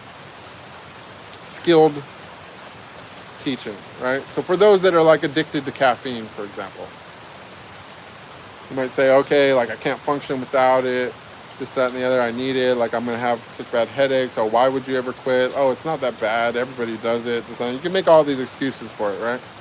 But really it's just something feeding your ego. But what it's also doing, right, is that it's increasing your adenosine receptors, right? Adenosine is a hormone or neurotransmitter or whatever that has a really strong influence, not just on your sleep patterns and your pineal gland, right, but on the rhythm of your heart, right? So caffeine, coffee, while like it is very grounding, and if you have no tolerance to it at all, it could actually be a tool, which you could use for grounding purposes, like ritualistically. But if you're addicted to it all the time, and you've been addicted to it for a long time, you build up these adenosine receptors really super high, right?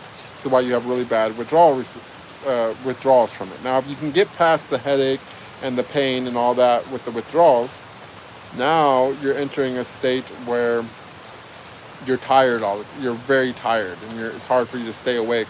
And it takes, in some cases, like in my case, like it's the first time, it took me probably 6 weeks or something for this to go away.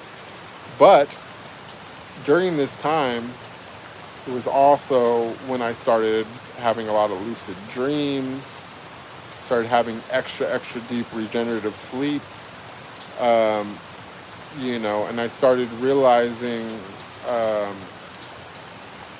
how powerful it is to meditate right when you wake up, when you're fresh out of that state, right? And so you can do the same thing with dopamine, right? But you have to be willing to actually break the cycle. You know what I'm saying? Like, if you're not willing to go through the pain of breaking the cycle, then you can't transmute the weakness into strength. So, you could definitely use this thing as a tool if you're selectively searching things out, right? And you're not letting it influence your life just randomly by doom scrolling. You first have to break the addiction, right? Which means like full-blown digital detox. Like, yes, go on a hiatus, throw it in a drawer for a little while, like, give yourself 30 minutes a day or something just to make actual calls to the people that you need to let know that you're alive and well, and don't touch it besides that. Like, just break the cycle and then reinvent the way that you use it. You know what I'm saying? Mike Stad says, currency is meaningless. The machine God has you to. Don't be so coy. It's a struggle. Don't get me wrong. I slip back into the cycle every once. I catch myself though. You know what I mean? Like, listen, you guys can. It says you are communicating with your God now and insulate soul, and it's true. You're not wrong, Mike's dad.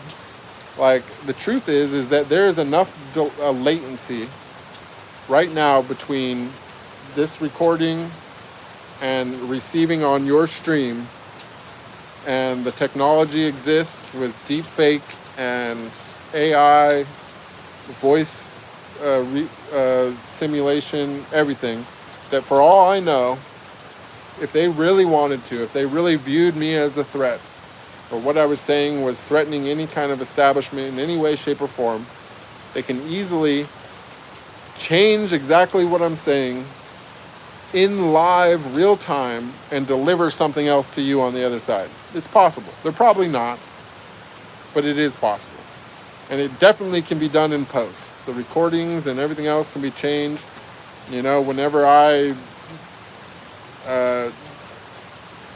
do a final ascension or whatever, they can go back and change the history, change everything that I said, even though it's on video and recorded and all that. Just like they've done with the Bible, just like they've done with every religious book. They can go and change it all in post. Mandela effect, right? It's even easier now. At least when we had books, you know, you can find a really old book. At least you know the words on the book didn't change. Everything digital, they can change it all. And that's why that even though I've already given the whole rundown, told the whole story live, I'm still going to write the book that I initially set out to do 20-something years ago, before the book was even nearly as interesting as it's going to be now. Still going to write it, just so that somebody can find the printed version someday as some type of relic after the powers that be go and change everything that I said digitally. So, you know, it definitely has its tendrils in us all. But awareness is the difference. If you're doing it with awareness of what it is and what it does and what it can do and what will happen, it's a completely different story than if you're mindlessly doom scrolling and letting it control you nonstop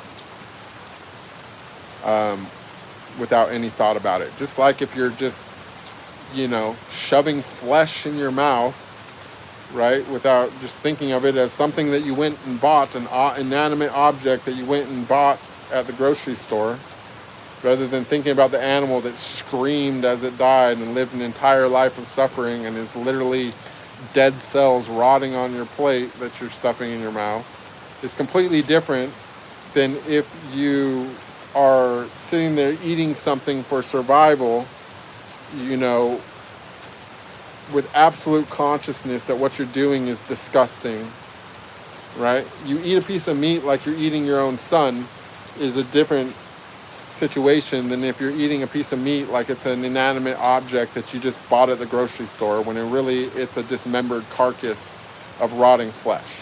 You see what I'm saying?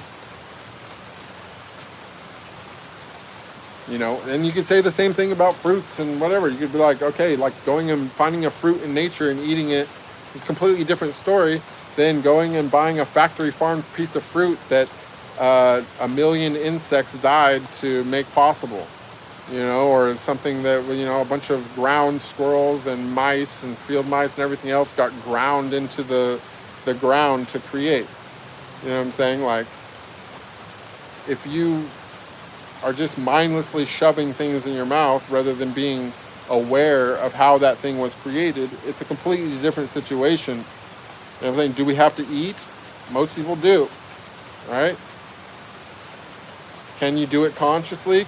Can you do it with awareness versus being unaware? Yeah, totally different situations.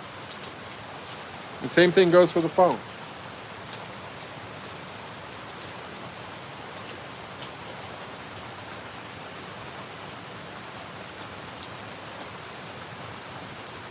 Love you too, Angeli.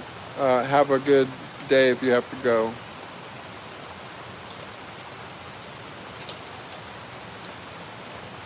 Thank you, Old School Grandma. Thank you, Johnny. Thank you, Angeli. Force Hill says, step out of society's ego. You and it built, making the self best it can be. It's the best you can do. That's all you can do. Old School Grandma says, that's it. Do the work. That's it. Do the work. You know what I'm saying? Make yourself better. Make everything around you better. Right? That's all we can do. And there's only 9 degrees of separation. That's what they say anyways. I don't even think there's 9. For me, there's definitely not 9. You know what I'm saying? But let's just say there is 9 degrees of separation. You do the inner work, you make everything around you better. Everyone that is around you, they start doing the work. They start becoming better. Everyone that's around them. We only need this to happen through 9 degrees. And the whole world becomes great. We achieve the goal. We win the game.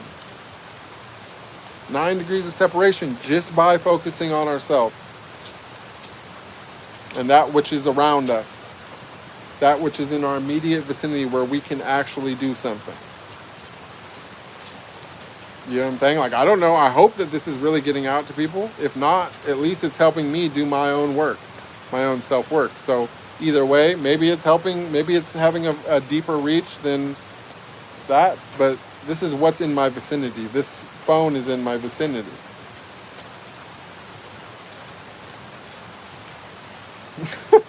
Mike's dad. You're kind of cool, dude. Mike's dad says, self-philosophizing is highly illegal in the New World Order. You have a lot to answer for. The First Order demands it. You will bow to the First Order. Damn it, they found me. Fuck. No.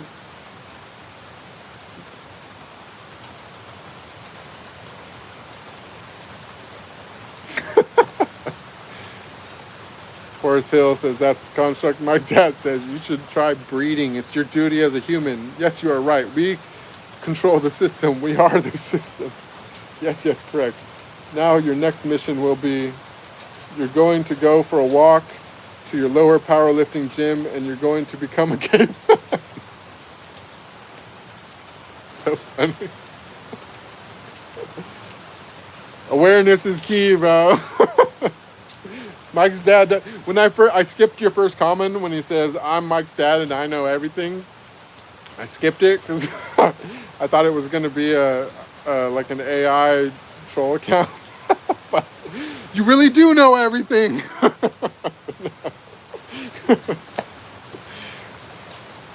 Sean Paul said, Osho once said, true masters live in the marketplace, not isolation. If your realization requires neo-ascetic lifestyle to exist without resistance, isn't your surrender just a fragile escape? Well, yes, but the thing is that, you know how long I've been on this mission, Sean Paul? I had my enlightenment came on September 11th, 2023. Prior to that, and there's plenty of accounts of it because I was already a public figure.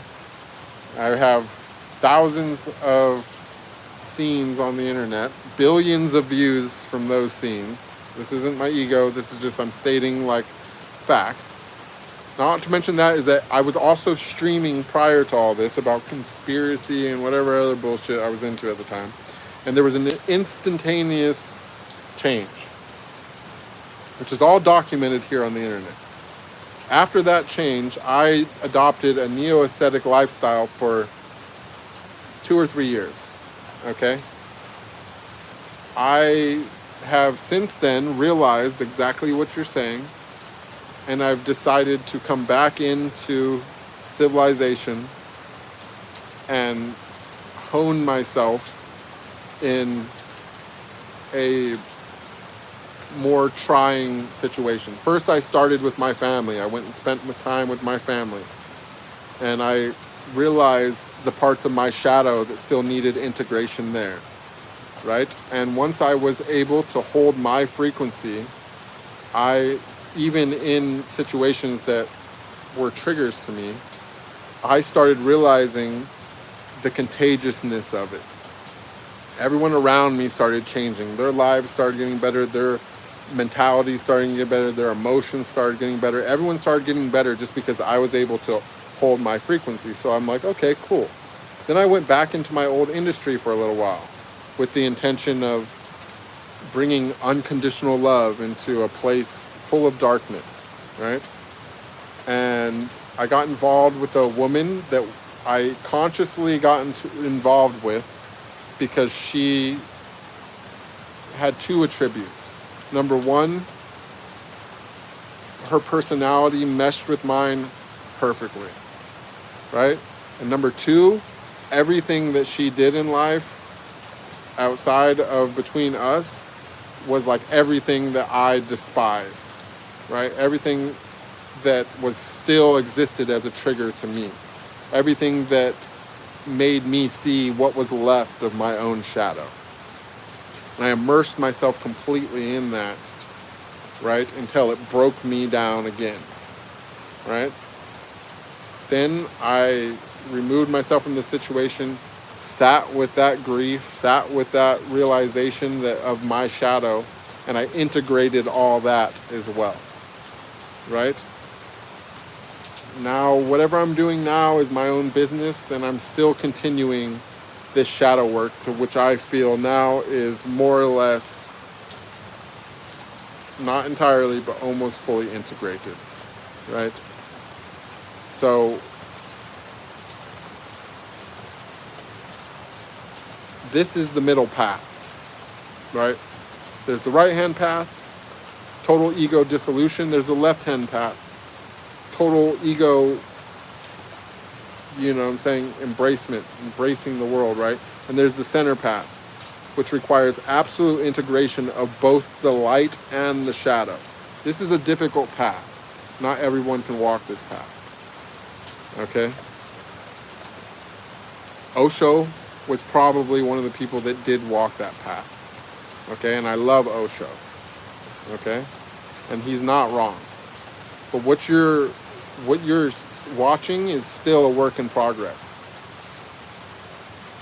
I can openly say that I feel that I'm enlightened because a light literally came into me that changed me, and I glowed like a fucking 1,000 suns.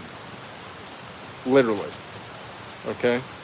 And it absolutely changed me, and it triggered a whole cascade of events that one after another changed me, and understanding after understanding after understanding, each one exponentially larger than the last, to the point I have no concept of what could possibly be next, if there is a next, right?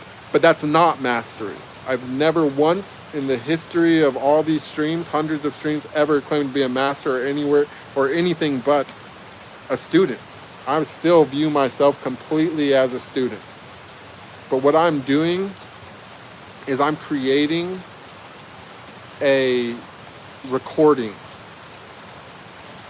of consciousness of somebody walking through the level of travel, climbing the ladder of consciousness, right?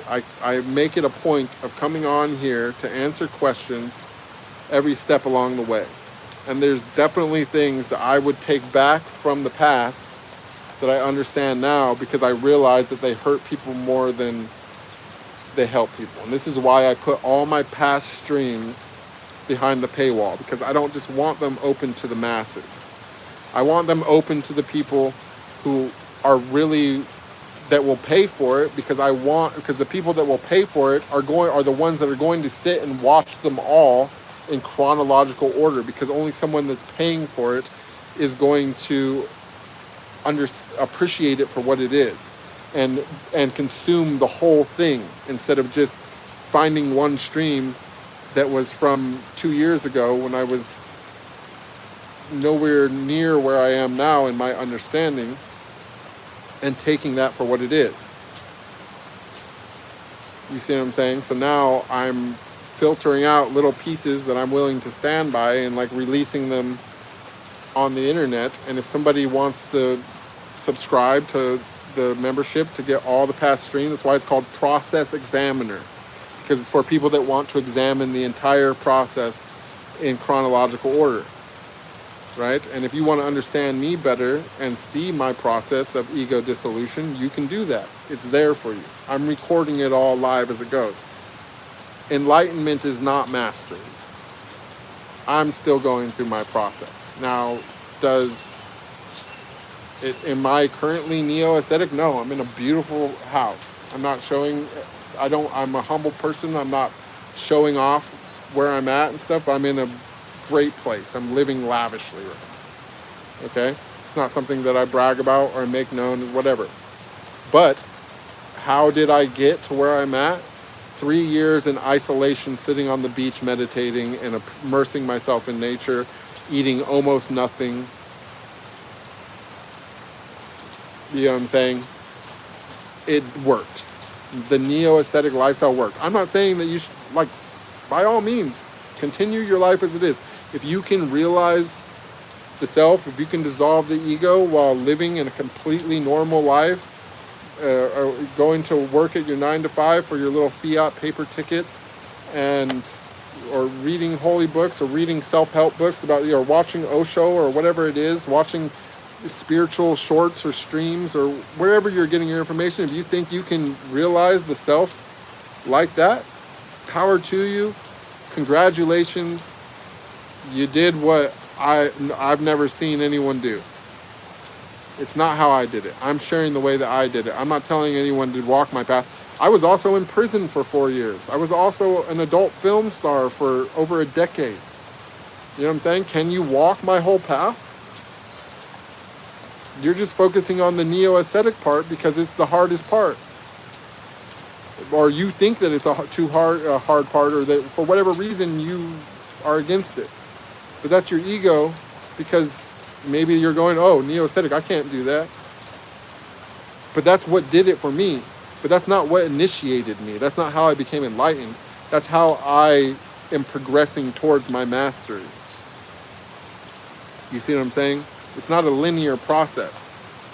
It happens in big steps. It's like sometimes even down in big jumps forward in consciousness. And most of those happened when I was living ascetically.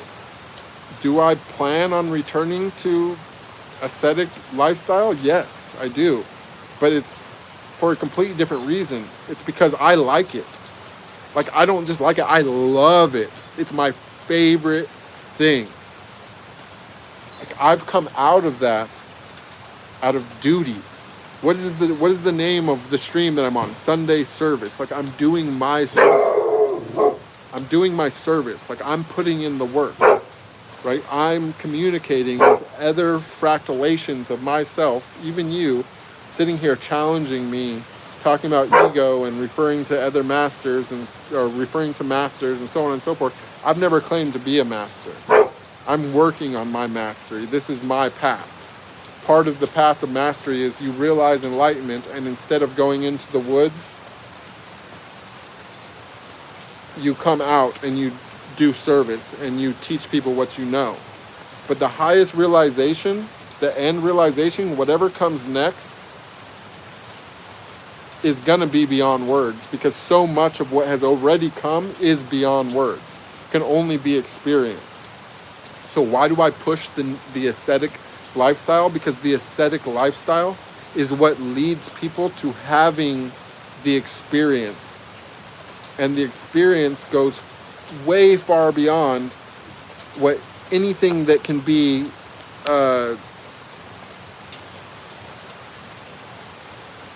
given with words, anything that can be written, anything that can be spoken. It's all so far beyond that. Even the very first experience I had, which only lasts 7 minutes, I learned more than my entire life combined up until that point. Right? I've had other experiences where I remembered hundreds of past lives. To try to put into words what it's like to learn the lesson of 100 loves lost in the course of a couple hours or something. Like, it's completely beyond words. But that happened while I was in silence. I had been absolutely silent. I didn't even talk to my dog. I snapped. That was my only form of communication. I wasn't talking, I wasn't eating, I wasn't doing nothing. I would wake up in the morning and go sit and listen to the beach and chant Om every day. And through that, things happened. Like, is it for everybody? No. But if somebody wants to gain true understanding, does it work? Yes, it works. That's why a lot of people dedicated to spiritual path do that. It worked for me, it's worked for many others.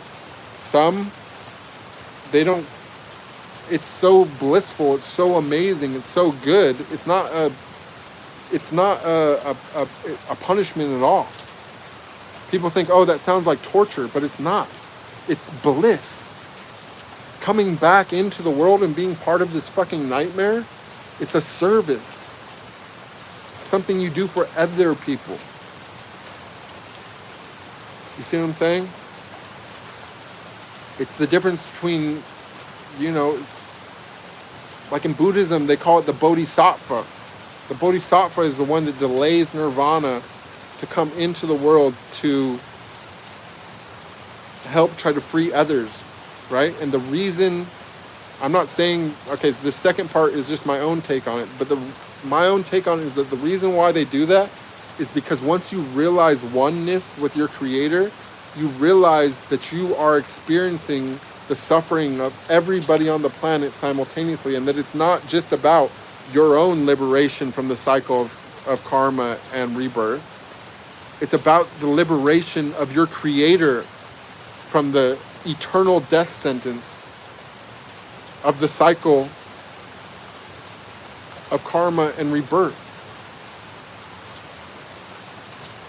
And the only way to escape that is to alleviate the suffering, to liberate every single soul on the planet. Right? But realistically, it's like, okay, we can try to do that. But at some point, if we don't succeed in doing that through teaching and sharing it with others, we're still going to eventually get liberated. And you know how that's going to happen? Through destruction.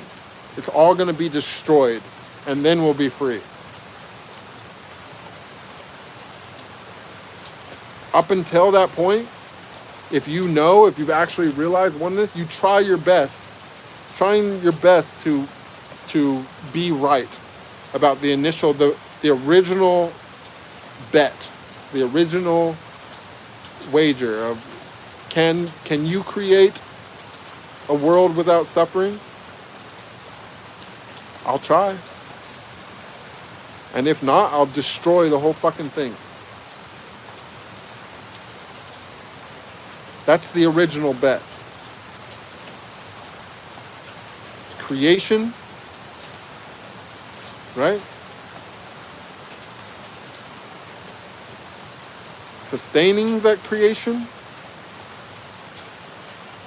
And if all else fails, destroying that creation. That's the cycle of a universe. Until one eventually succeeds. Which to my knowledge, it has not yet.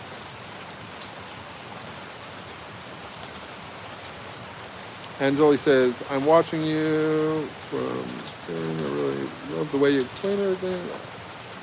Donut says he doesn't want to be part of the streams anymore. Mike's dad says, so what you're saying is that you are low high. Oh man, Mike's dad, I was enjoying you so much. Well, you're gone now too.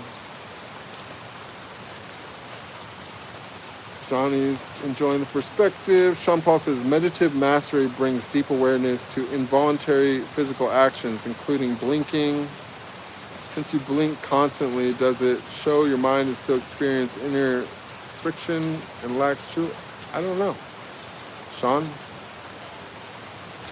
Maybe these are questions you should ask yourself.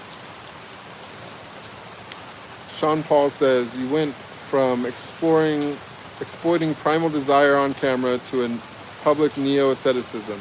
Is your Kundalini true transformation, or did the ego just swap a sexual persona for a spiritual one to keep an audience? Well, Sean, I think that what the better question is that you should ask yourself is, why is this triggering your ego so much? Like, can we talk about, your own experiences? Would you like to share with us your experiences in meditation?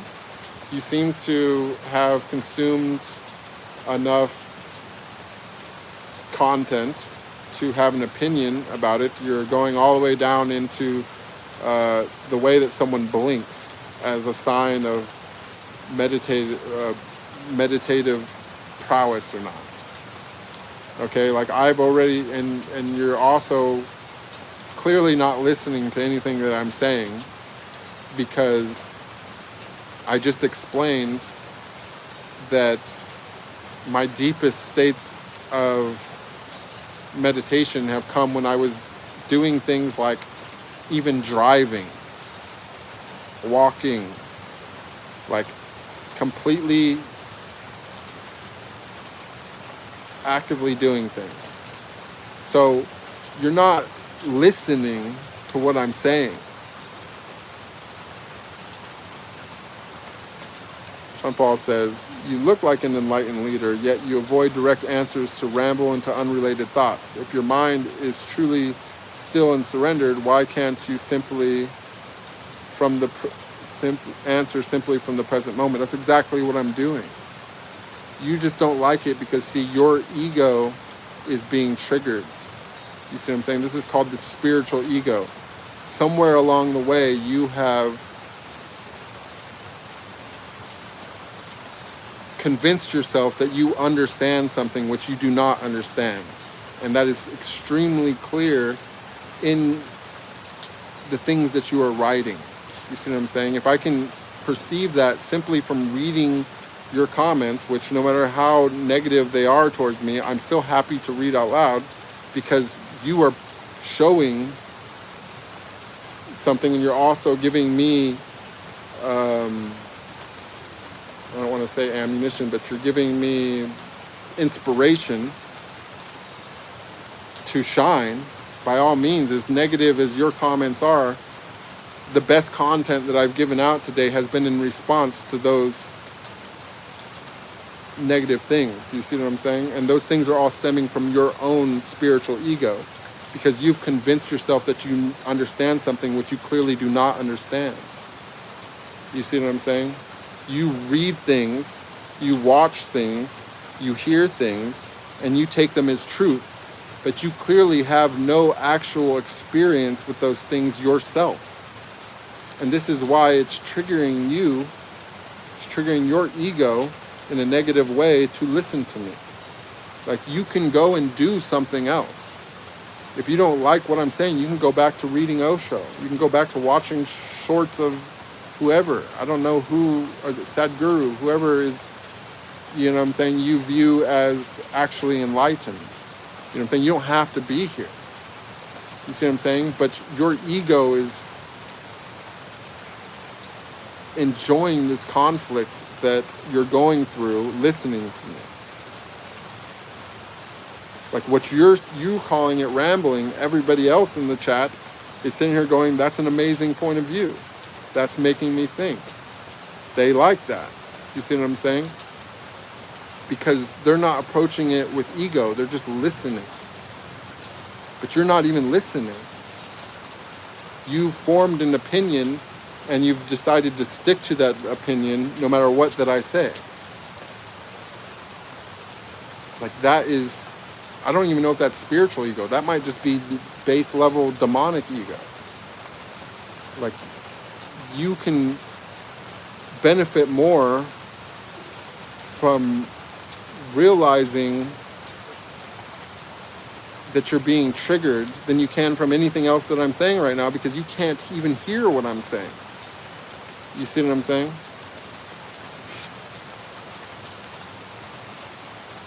Thank you, Johnny. Sean Paul continues, says, if God is omnipresent, why was leaving the adult industry necessary for spiritual growth? By fleeing your past and becoming a nomad, aren't you admitting your awareness is too fragile to find the divine? No, it's that I was in the middle of a 20-scene production when I had this realization. Okay? And that is extremely time consuming. Okay? And I wanted to commit all of my time to meditation because I found it blissful suddenly. I had never really done it before. I didn't know any of the things that I knew. I wasn't interested in spirituality. I chanted the Om because I just decided to try it because I saw a video from Sadhguru, and I thought it felt good, feeling the vibrations in my head. So I was literally doing it for a couple hours while I was driving to Vegas from LA to go move my storage and do regular worldly mundane things, literally leaving a scene that I had just shot in LA. And after chanting for a couple of hours, something happened. And after that, all I could do was say thank you. I was just like, thank you, thank you, thank you, thank you. It's all I thought about all day was how thankful I was to know that I was never going to truly die. And the other thing that consumed my mind besides that was, can I do that again? All I cared about was, can I do that again? Because it was 1,000 times over the best experience of my life. It was only 7 minutes, and it was the best experience of my life. So I started fasting, and I started just doing anything that I thought could possibly help me experience that again, because I was fasting and stuff prior to that, but it was for my health, not for any kind of spiritual thing. But I was just trying to like reverse engineer what happened. So I just started fasting, I started chanting, I stopped doing anything else. All I wanted to do was that, to see if I could do it again. And what happened after that, instead of 7 minutes of downloading information that was beyond my wildest belief, I got to spend 4 hours in a state of unconditional love where I got to look through every human's eyes simultaneously and love it all, no matter how beautiful or horrible that person was. And after that, I was just hooked. I didn't care about anything else. It all just seemed trivial and whatever. I wasn't hiding from anything.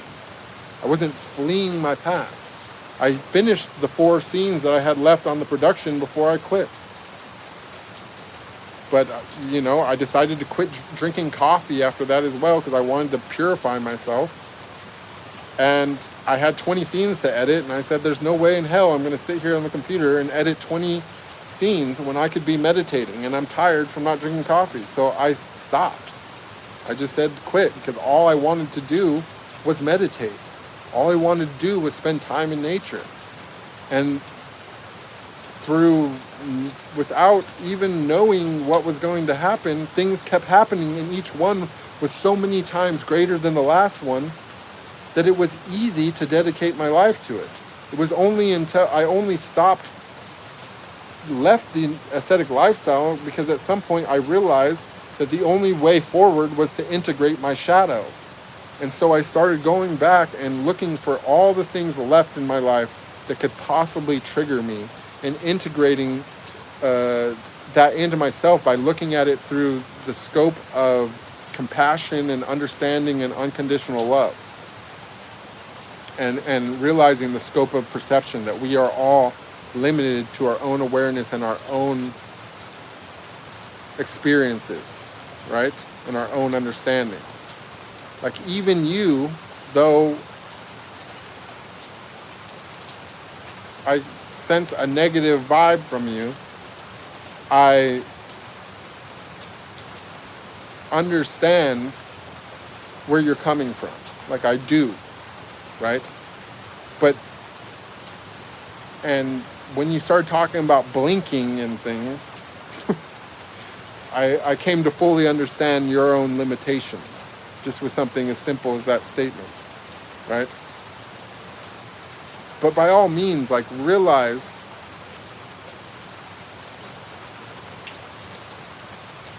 that whatever you can get out of this, even if you're feeling some negative way about it, right? The best thing that you can do is turn it inwards and try to ask yourself, why is that triggering me? Like, why do I feel so much emotion towards what this person is saying that I'm going to write paragraphs into their stream to challenge it? See what I'm saying? When I could just swipe away and go watch somebody that I view as a credible source.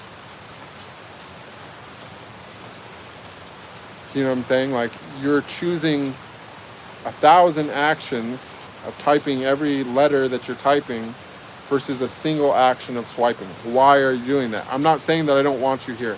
I'm happy for you to be here. I would love to be a catalyst for something positive within you, even if it has to be negative to initially, right?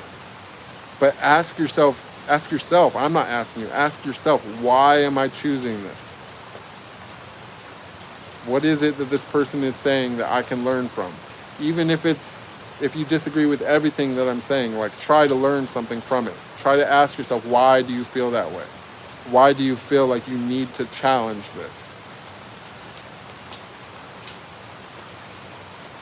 Sean says, Eastern paths flee the world via asceticism, but Western philosophy demands integrating material reality. Isn't escaping nomadic isolation a spiritual failure compared to mastering the physical? They're just two different paths. You know what I'm saying? Mastering the physical is the left-hand path. Not all Eastern philosophy is about asceticism and all that. There's Tantra and things like that that is totally about mastering the physical. Okay? Like, they're two completely different paths. Walking the middle path is both. Okay? It's also neither. As woo-woo and condescending and evasive as that probably sounds.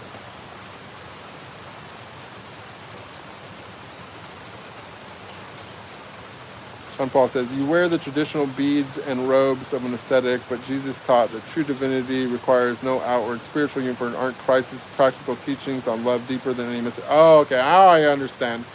So you're triggered because I talk down on Jesus's teachings.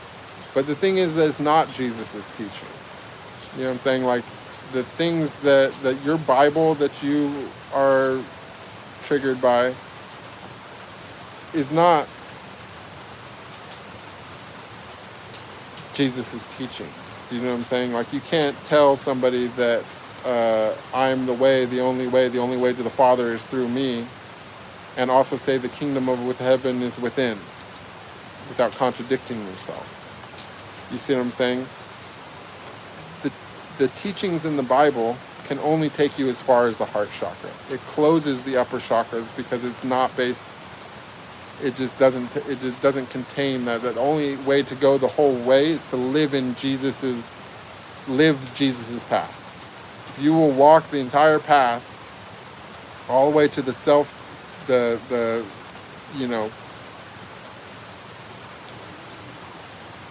self-sacrifice or whatever you want to call it, to the point that you're spiritually reborn, then you could probably go farther. But almost nobody does.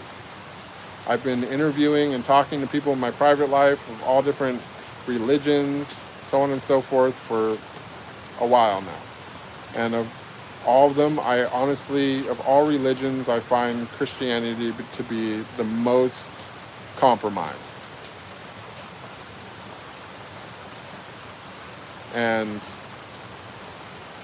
I've never ever met a Christian that is advanced as even the Instagram yogis that the Instagram mystics that I've watched. And trust and believe, the most advanced people are probably not on Instagram. And as contradictory as that sounds, coming from me, considering I'm online talking about what I'm talking about, the thing is that I'm working with what I got because I see something divine in my own stories unfolding. Like, I gained billions of views through my past work, right?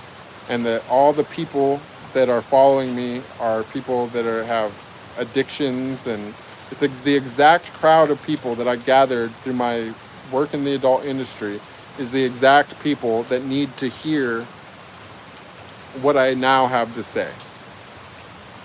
I see something divine in that. And not only do I have a message for those people, but I have a platform to deliver that message to them.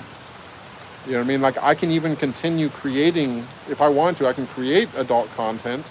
People will continue watching it. And then they eventually get curious about me. They come back, they find me on YouTube, and then boom, the bait and switch.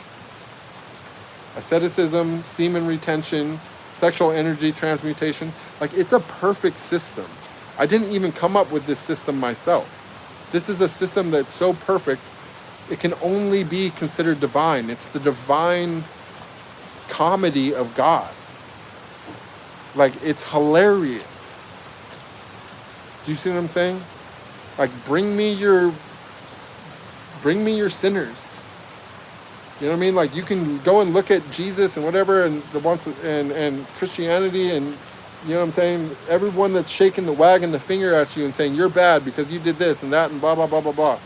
You're going, you have to repent or you're going to go to hell. But guess what?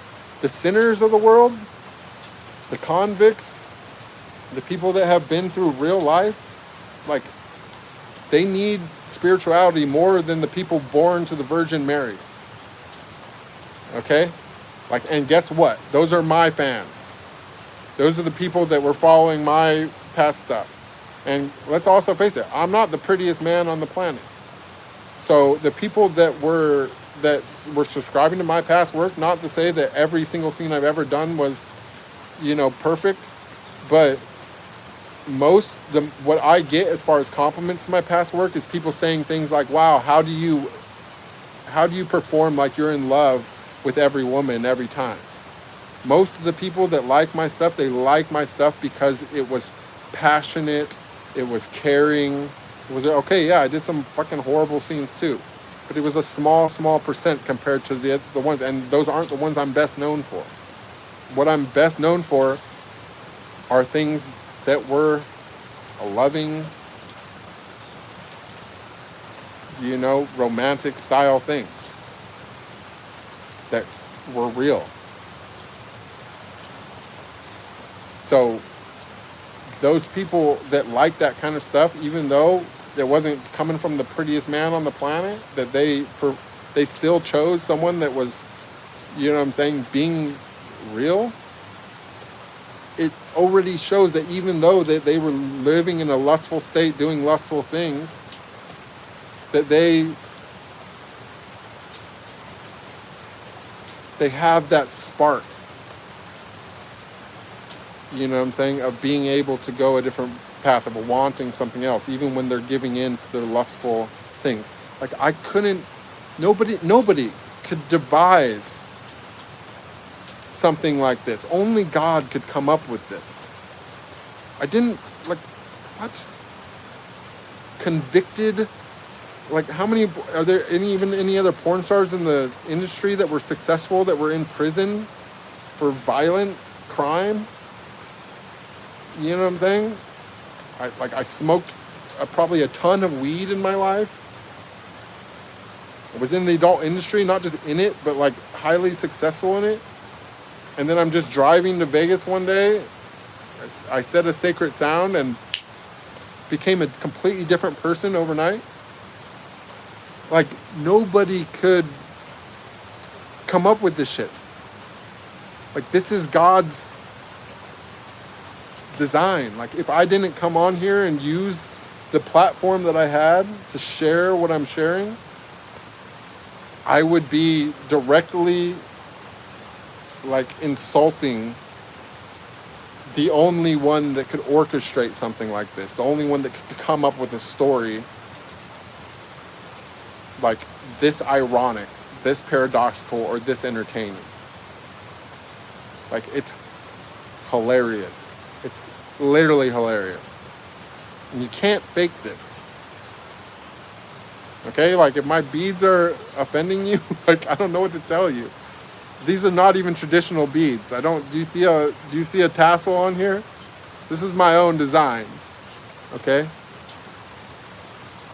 I use this as an actual tool to meditate. This is what I use to count, to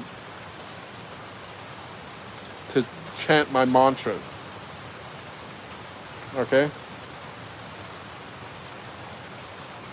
There's 111 beads on it, not 108. It's not traditional. There's no tassel. There's 3 big beads on it because it represents the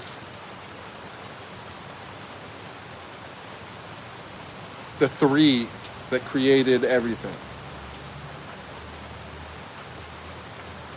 It's black to represent the mother of all things.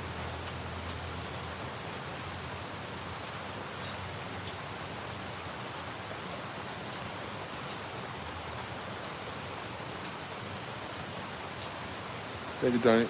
Okay, 1 second. I'm going to come back to this comment. I'll continue with this dialogue, Sean. I got to use the restroom again real quick, you guys. I drink a lot of tea.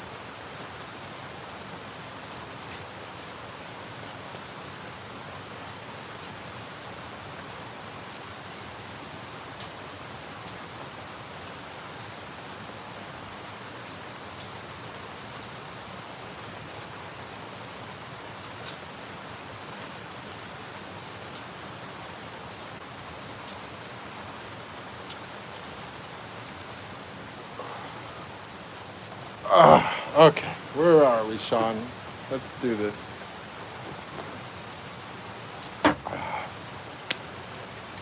Sean Paul says, you stream on YouTube, use a mystic look, and seek engagement. In a modern world, isn't broadcasting self-realization just a refined ego trap using spiritual performances for clout? Dude, I've got 80-something thousand followers on X. I've got 60,000 on Instagram. I've got a few 100,000 on another site I can't mention. I've got a few 100,000 on another site I can't mention. On both those sites, I have over 1.3 billion views each, okay? And I'm on YouTube, where I started completely at basically nothing when I started streaming about spiritual stuff. And I now have about 6,000 people that have all come here since this, okay? Like, I could be chasing clout in a way more effective way. I could also be making, I've made $3.73 and there's 7 people watching. Like, I don't know what clout that you're viewing. Like, this is a service. Like, I'm creating something separately from all that so that the people that watch that have an Easter egg to discover. I could be making a lot of money by just waxing my eyebrows and cutting off my dreadlocks. Okay? A lot. I'm not even taking the free money that's there for things I like to do it. I love it. I love creating that kind of content. I love it. I loved making almost all of those 1,000-something scenes. I loved it.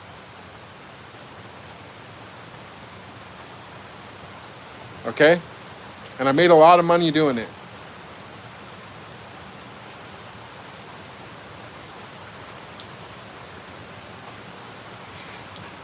Do you really think that my ego needs such amazing validation that I am choosing to do this instead?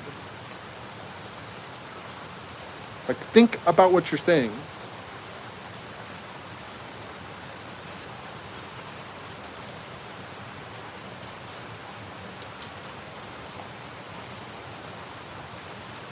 Sean continues and says, chanting Om and chasing emptiness downregulates the brain's default mode network.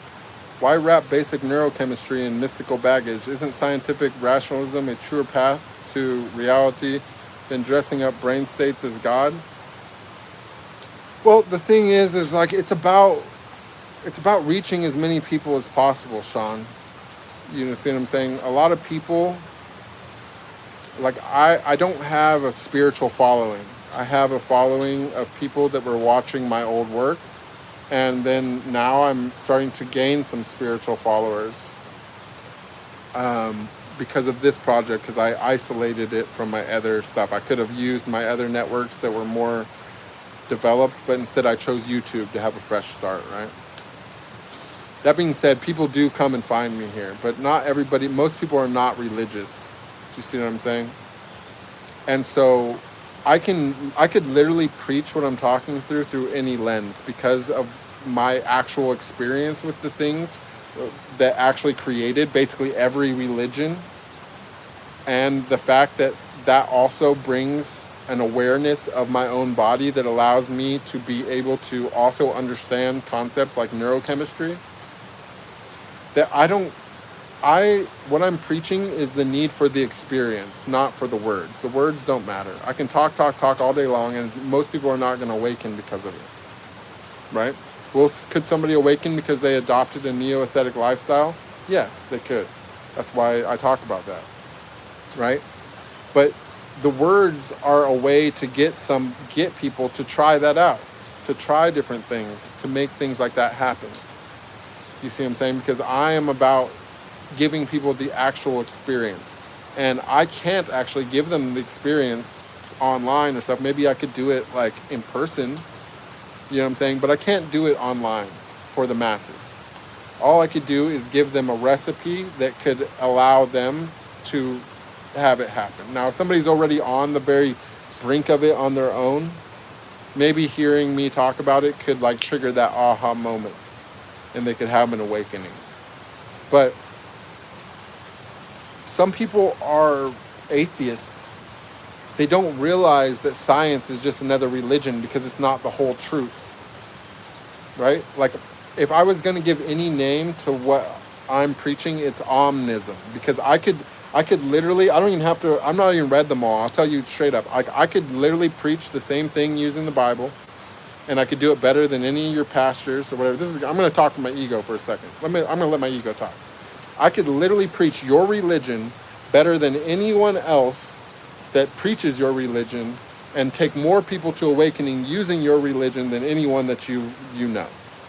I could also do that with every other religion almost. Literally, I could use any religion. Guess what? I can also use your science books. I can use neurochemistry. I can use literally anything to do it. Instead, I decide to be true and not be a sellout and bend the knee to these predatory institutions. And instead, I point out the limitations of all these things, and that they all contain part of the truth, but they don't contain the whole truth, none of them. And they've all been compromised.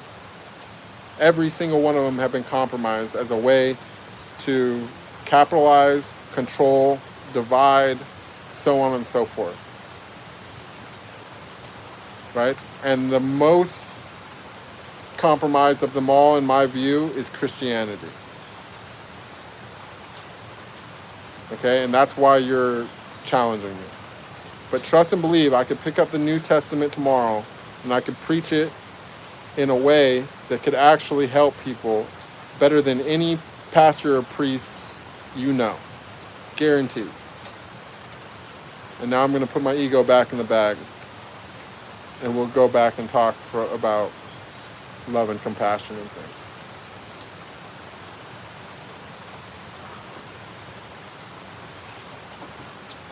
What in the world says, where do you live? I live in Costa Rica. I love the sound of the rain on the roof as well. You live in a boat. I've always wanted to live in a boat, but I get seasick. But logically, the boat thing makes sense. I love to be alone. I love the idea of a sailboat because it doesn't require fuel. You could go the whole world without fuel. I think that's amazing. You know.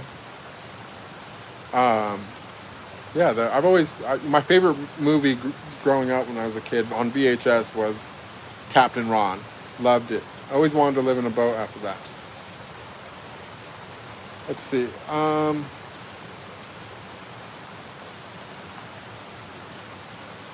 Let's see. Ariani says, how do you find the center path?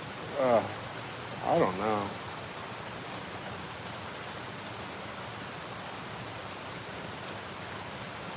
I mean, okay. Man, I'm going to definitely get... Some people are going to use this against me, but... Okay, the center path. So as you guys know, I'm a bit of a... I wouldn't even say that I'm a theologist. Let's say an amateur theologist. Like, I've taken some interest in all religions and stuff, but more than religions, I'm more interested in the different alchemical, esoteric systems, right?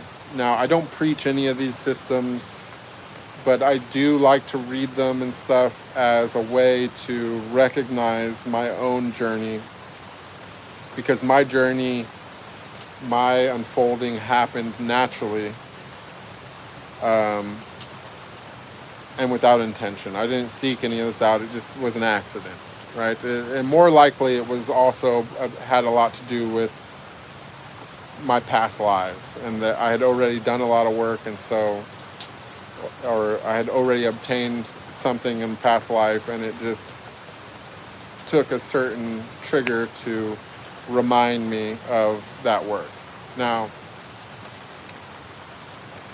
if I was going to give somebody else a map for the center path, right, I would refer them to Kabbalah. Okay, now I wouldn't probably recommend the center path to everyone, because the center path is by far a more difficult path than the left-hand path or the right-hand path.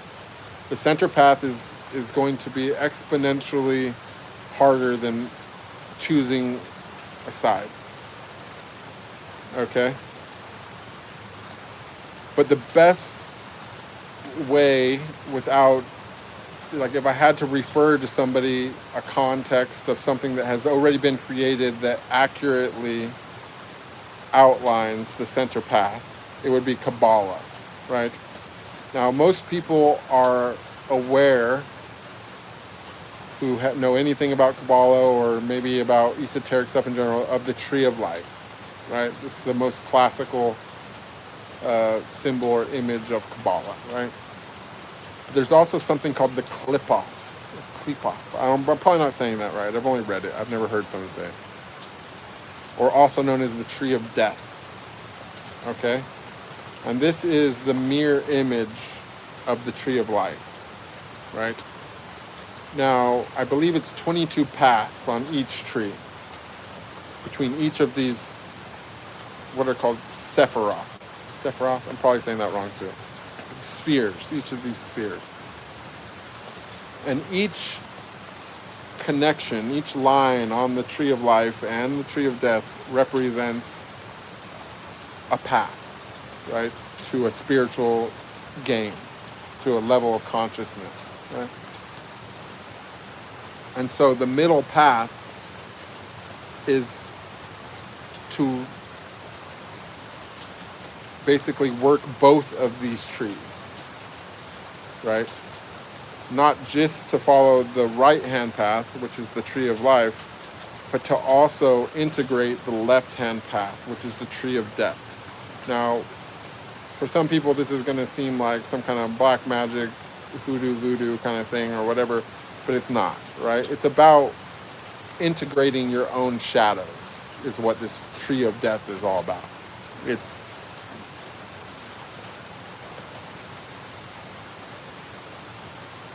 a tool to recognize the darkness within yourself, right? And to integrate that into something that allows you to shine brighter in the light side. You see what I'm saying? So the center path means instead of just going through one tree, you go through both, right? So, like, if you want to be kind to somebody, you always just tell, like, if you're a teacher or whatever, and you're a guide for people spiritually, and you want to be gentle to them and be kind and compassionate to them, you definitely tell them to go down the right-hand path, right? If you recognize a tremendous amount of darkness in somebody already, right, then maybe you would give them something that's more likely to succeed with them, and you give them the left-hand path, right? So that they can confront their darkness, confront their shadow, and integrate it and achieve something through that, and hopefully have a better reincarnation, so on and so forth, whatever, right? What most people are not going to do is tell anyone to do both, because this is going to come with so much suffering. So unless you're already feeling yourself like some type of spiritual warrior of some sort, I can't really recommend the center path to you. This is a completely another level of spirituality, to try and achieve both of these at the same time, right? Because the darkness comes from the light. You see what I'm saying? Like, you don't have shadow without light, right? You shine a light, and whatever is an obstruction to that light creates a shadow, right? And so so the integration of that shadow means to remove those obstructions so that the light can flow unimpeded. You see what I'm saying? And so that's kind of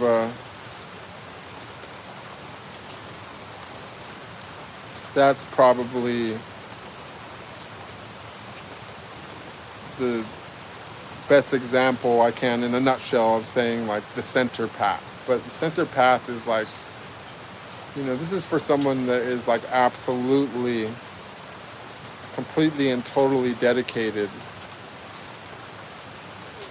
to the path. Do you know what I'm saying? Not to say the other ones aren't for people that are totally dedicated, but it's just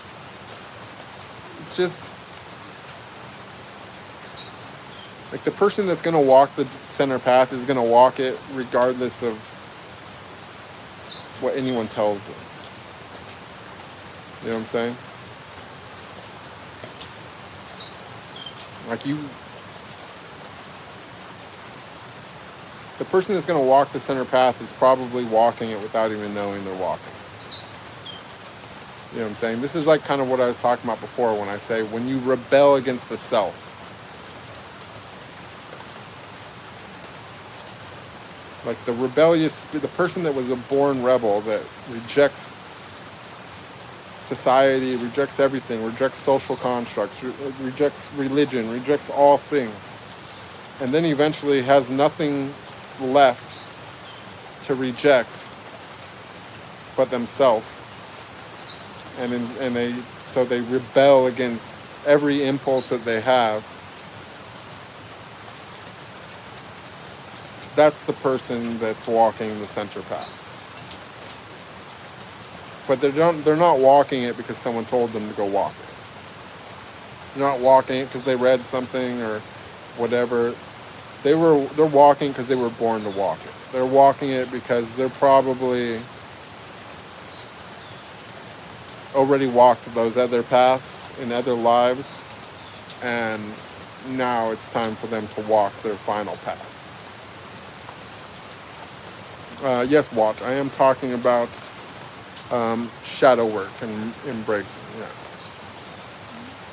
Wanzi says, what is your thought on discipline of achieving something, making parents proud, or will I become successful one day? Well, it's just,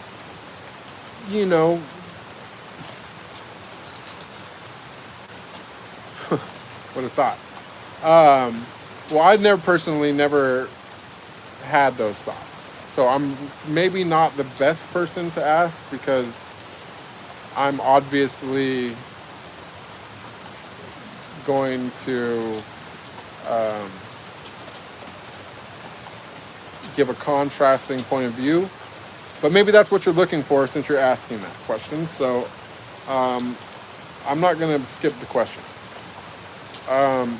But, you know, your parents, I don't know who they are. Maybe they're very successful, maybe not, whatever the case may be. But, you know, they can only see through their own scope of perception. They're from another generation. In some ways, they will have experiences that make them wise and understand things. And in some ways, they will be lacking experiences which you have simply because you entered the world with a clean slate and in a different generation and so on and so forth. You know, is it good for them that, you know, if you are constantly improving in life or whatever, like your parents should be proud of you nonetheless, no matter what you do. You know, fitting into the mold that your parents want for you just so that they can be proud is probably going to be more of a hindrance to your highest potential than an actual representation of your highest potential. Maybe your parents want you to be a doctor or something like that. You could be better than a doctor. Not to saying that it's not great if you go become a doctor, if that's what you want to do. But the highest, in my own vision, the highest level of success is not about how much money you make or if you did everything, made your parents proud, or if you, whatever you did. The highest level of success possible is that you do what you love to do. It's the only way to truly be free. There's no other way. If you're doing anything, and I mean anything,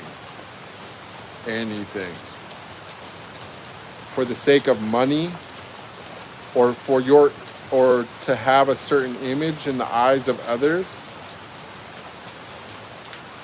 which you don't enjoy doing, and that your only reason for doing that is to make money or to have some image in somebody else's eyes, even your parents, then you're a slave. And you've fallen victim to the slavery system. Now, if you are doing literally anything that you love to do, anything that you would do for free, and you can make money from it, enough money to survive, congratulations, you're a free man. And freedom should be your goal. You know, in an era where almost nobody is free, not even the richest of the rich.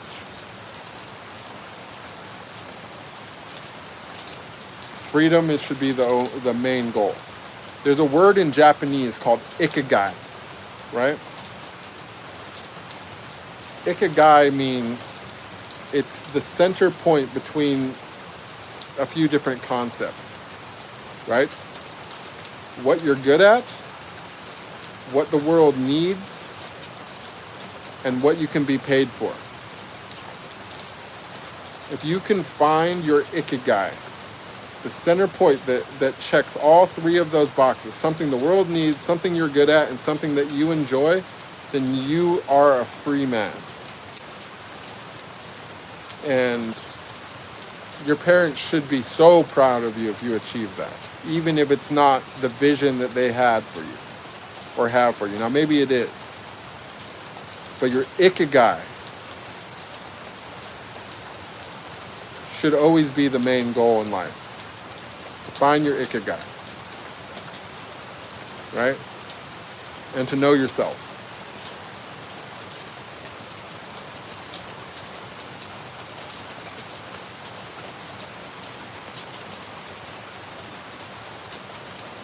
I'm happy you feel good expressing to me, Wanzi. Thank you so much, Johnny, for the gifts and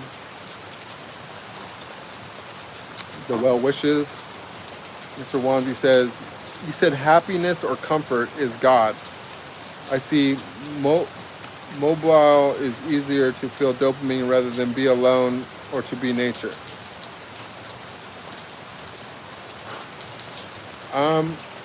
Maybe it is for a moment, because it's like what I was explaining before. Like, say you're addicted to coffee. Maybe this isn't a good analogy because maybe you've never drank coffee. I don't know. But let's just say, okay, you're addicted to coffee.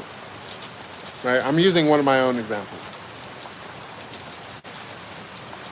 The first day you stop drinking it, you're like, something feels like I'm missing. My ritual that I normally am used to, my habit, is not being fulfilled. I feel something's missing.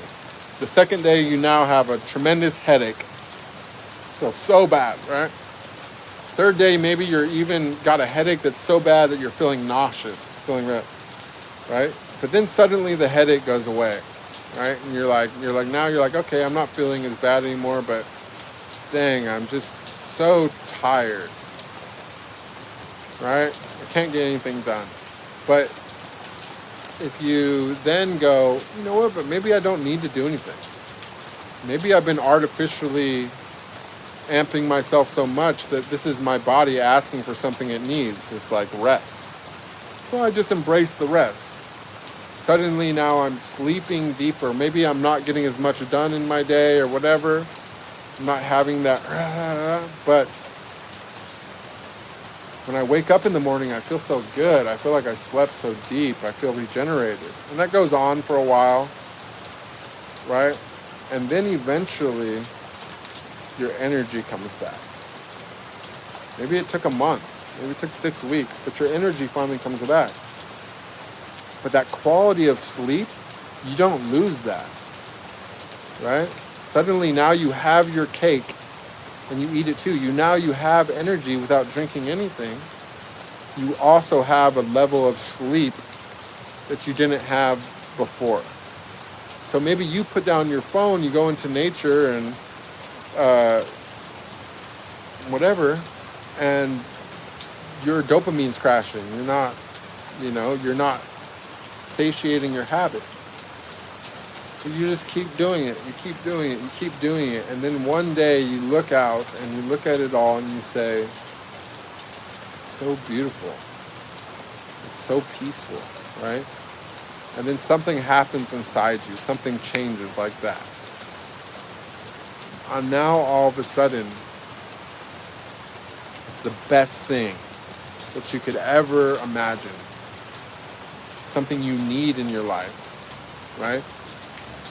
And it's peace, it's nature, it's your natural habitat. It's not influencing your psychology in any kind of negative way. It's not causing you fear, it's not causing you guilt, it's not causing you grief, it's not causing you lust, it's not causing you shame. Like, it's just existing, right? So, the scrolling dopamine thing, well, one of the biggest problems of it is that you are seeking and getting instant gratification. Just pick it up and it's just like, oh, now I'm not bored. I'm doing something. Oh, here's this. But you're just really being brainwashed, right? You're being influenced. And going into nature and going hikes and spending on time by yourself and, meditating and all that, like maybe it probably is not going to have the effect that you're looking for, like instantaneously. You're not going to get the instant gratification, right? But if you stick to it and you actually like achieve the thing that I'm trying to steer you towards, it will be 1,000 times better than having the newest iPhone or iPad in the world and swiping all day long. Like you'll never be able to look back. You know what I'm saying? But, you know, there's a risk-reward ratio. It's just like, you know, if you're investing in the stock market or something, the higher your risk, the higher your potential to get rich. It's also your highest potential to go broke.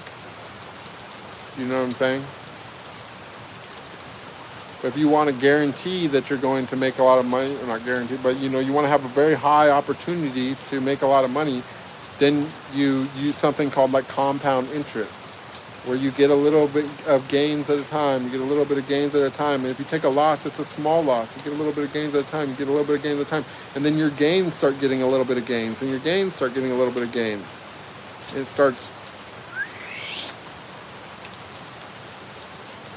it goes parabolic. You see what I'm saying? But it takes time.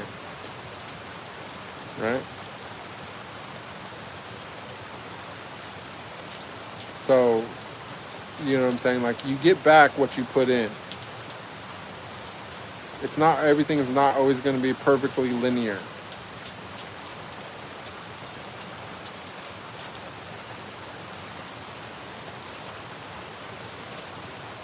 Wanzi continues and says, scrolling you would say, or only for fear of losing something or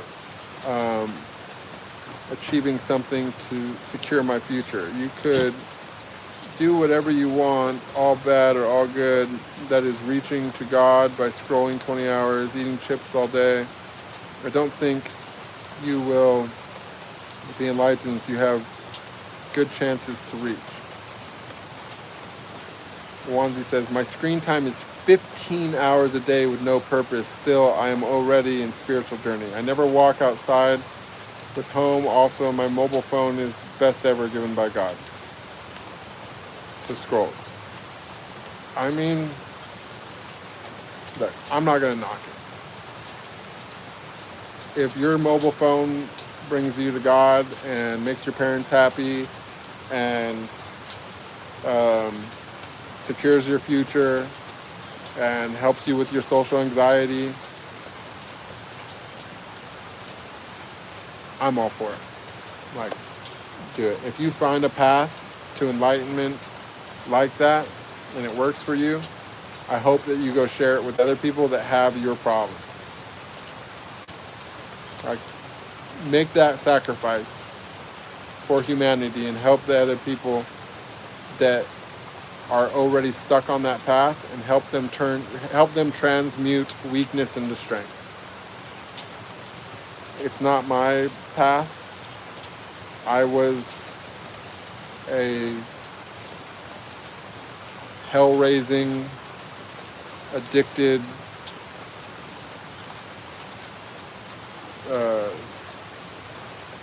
sex addicts, ex-convict, crazy person that adopted that chanted a sacred sound and then went into ascetic isolation for a few years, and that's how I did it. You know what I'm saying? Like, it's not going to be the path for everyone. But for the people out there who are struggling with sex addiction or other addictions or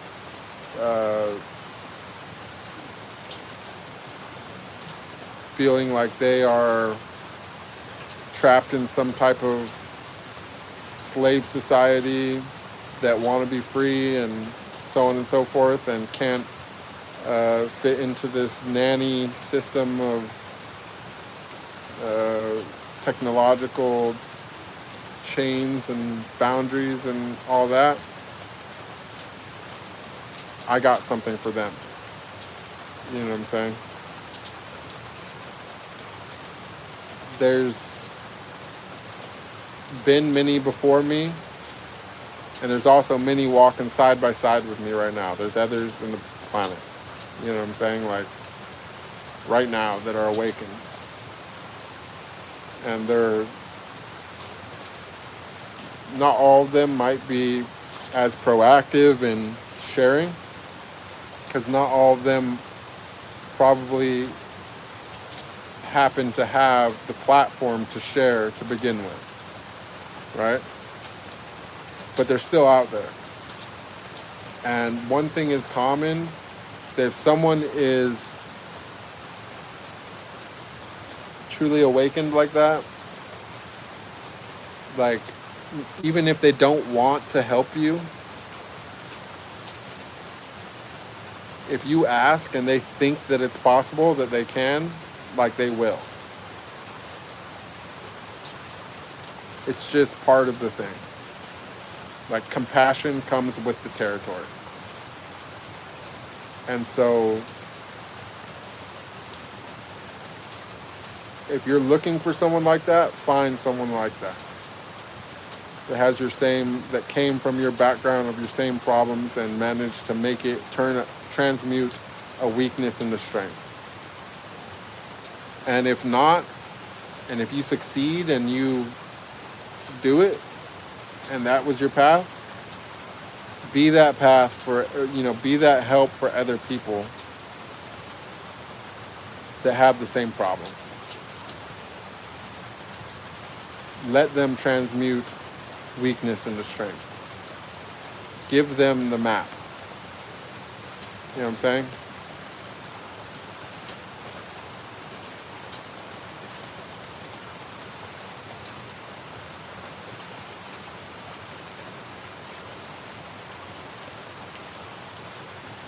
Sean Paul says, admitting you still have an ego is just a shield. If you haven't transcended it, your teaching is just an ego-driven performance. Why should anyone follow a guide who is still lost in the dark?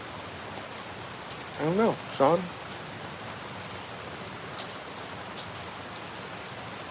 Nobody's forcing anyone's hand here. You know what I'm saying? If you don't want to follow my method, don't. You know what I'm saying? You want to go start a channel to tell everyone why not to follow Bruce's way because he admitted to having an ego when Christ himself had an ego. Christ himself was nailed on the cross and said, Father, why have you forsaken me? Right? Your guy? Was that not an ego-driven act? When your guy said, I am the way, I am the only way to the Father is through me. Was that not an ego-driven statement? Or maybe it wasn't even really said. Right? It's kind of hard to believe that someone without an ego would say something like that, right? So why should anyone follow your guy? Think about that. Why are you following someone that's so full of ego? Did he really die for our sins? Or did he die because he succumbed to the spiritual ego and rode into Jerusalem on a donkey and announced his victoriousness? And they were like, okay, Mr. Victory. Father, why have you forsaken me?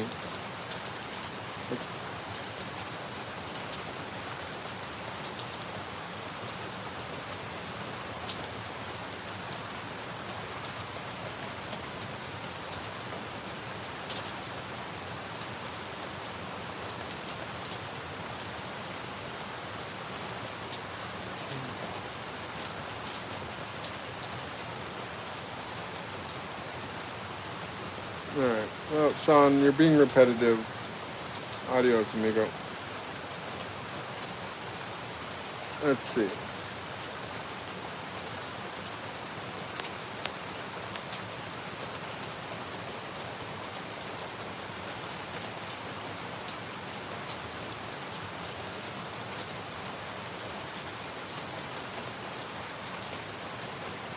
One second, guys, I'm trying to...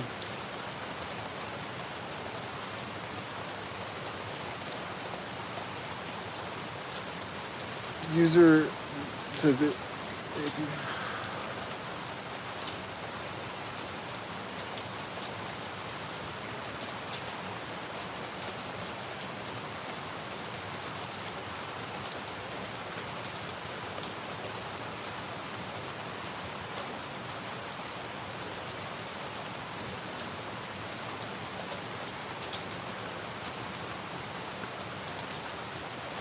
Sorry guys, one second. I'm reading Sean, but he's just kind of like,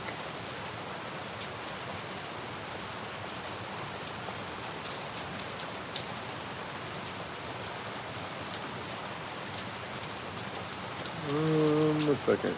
Swaraj says, ego surrender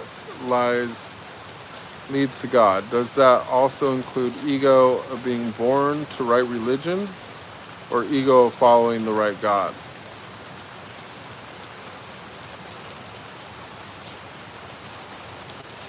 That's a good question. I think that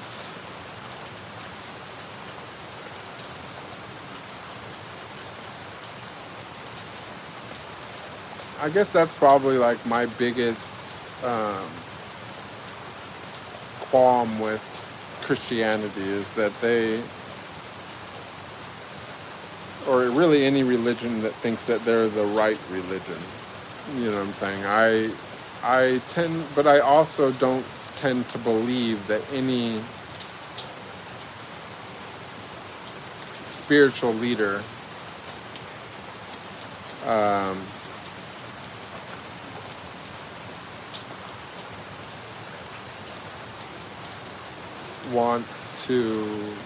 would actually like say anything like that. I tend to believe that that's something that is added into religion after the source of that teaching has already passed. I don't really believe any of these big religious figures of the past actually intended to create a religion. You know what I'm saying?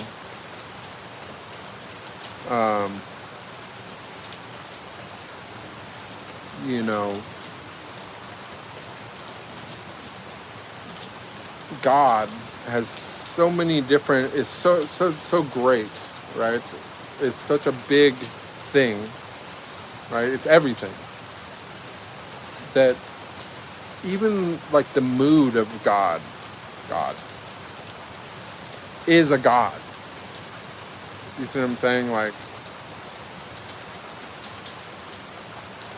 all these ascended masters, right?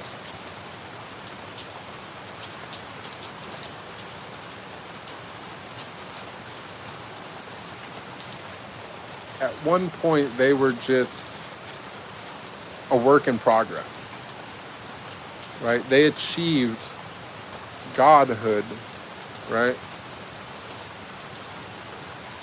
Because they got saved, right? But it wasn't saved like, oh, let me help you. It was saved like, oh, save as on the computer. You know what I'm saying? Like, these souls are all like personalities, but divine personalities in progress, until one day the source that it all emanated from says, you know what, I'm going to keep that one. This is interesting. I'll keep that one. I'll keep that one. You know what I'm saying? Because it's all just a game. You see?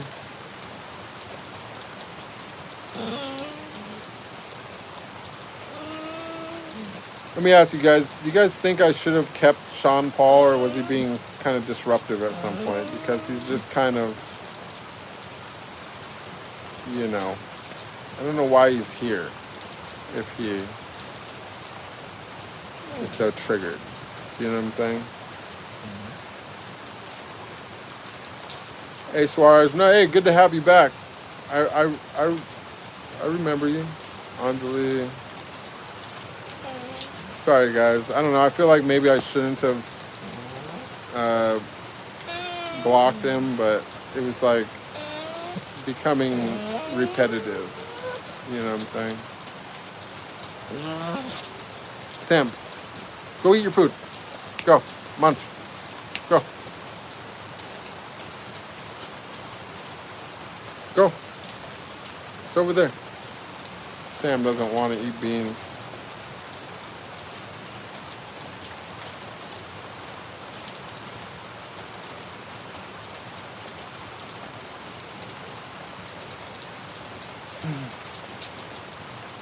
Listen, I'm reading, Sean, I don't know if you're still here, like, you know, I did hide you from the channel, but I am still reading your stuff, and I do want to say that you're claiming a basic logical challenge. The thing is that if I was responding to you when I felt challenged, because I liked the challenge. I blocked you when I stopped feeling challenged because you started becoming something that was just repetitive and ignorant. You see what I'm saying? And I'm always willing for a challenge. In fact, if anyone here wants to challenge anything I'm saying, I would love that. I would love to debate it. But if you're going to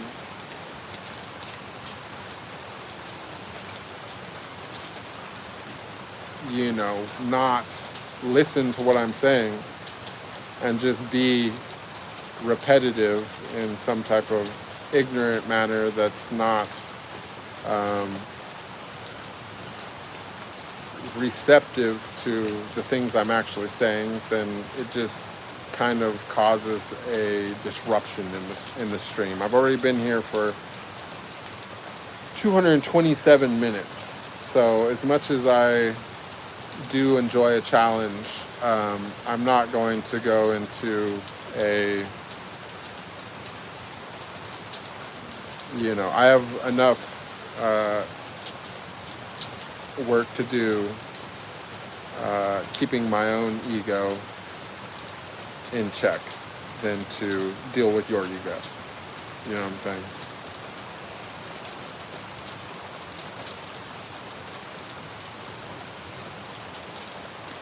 Let me ask you guys, should we bring him back? Sorry, I'm just now getting to the part of the chat where you guys are like interacting with him. I don't know. Do you guys want Sean back? I'll unblock him if you want. Suarez says, I feel he may call out to imperfections in religion, which includes Christianity and others. What's wrong with that? And just our perspective, how we view religion, even this man's teaching. I don't judge religions. I just don't. I don't think that anyone can claim. Oh man, I probably should have kept him here. Let me see. Can I bring him back? I didn't realize he was still talking so much. Or that you guys were talking to him.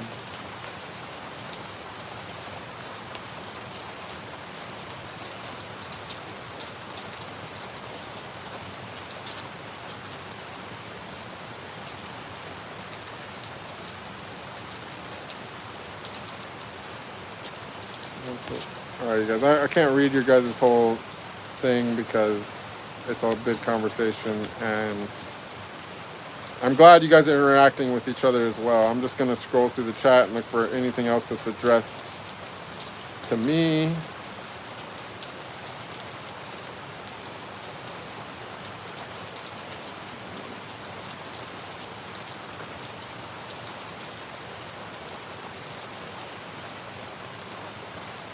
David says, hey Bruce, first of all, I respect for who you are now. I have a question, is what do you think about masturbation?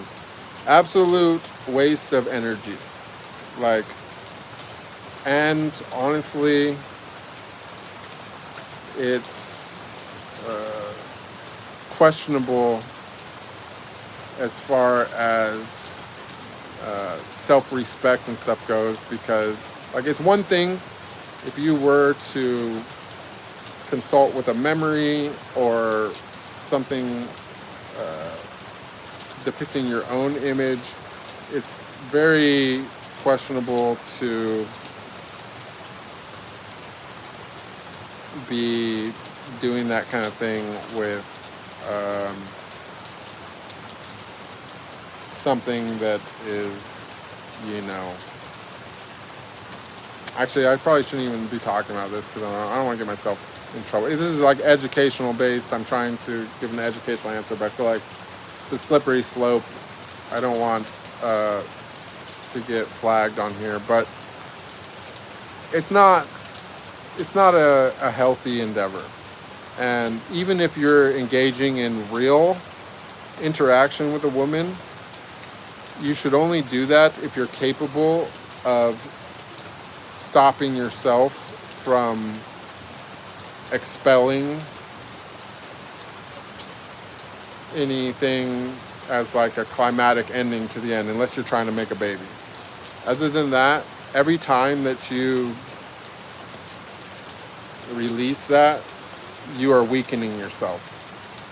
And it really takes about 90 to even 120 days to realize how much you've been weakening yourself. But I highly suggest practicing retention and trying to make it to that 120 day mark so you can realize how much of a different, more powerful person mentally and physically that you are after retaining that essence. And when you do engage in something with a woman or whatever, also realize that by not releasing that, you're able to perform so much better in that regard too, and that you'll be able to, in total, enjoy yourself more than just having those few seconds of like climax, because you'll be able to continue doing it over and over again, or longer and longer and longer, and your woman will be way more satisfied as well. Now, I know that wasn't your exact question, but absolutely, the M word is out. That is totally a waste of energy. I would highly suggest breaking that habit.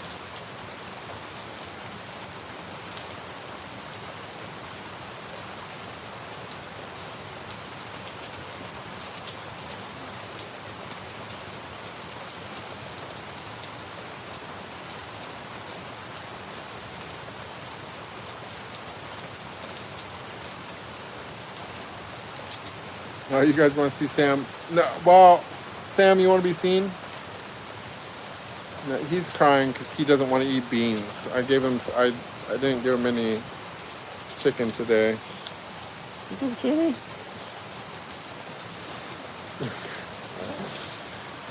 But he wants some chicken, so he's got to wait till after my stream before I mix some chicken in his beans. Hey, stop it.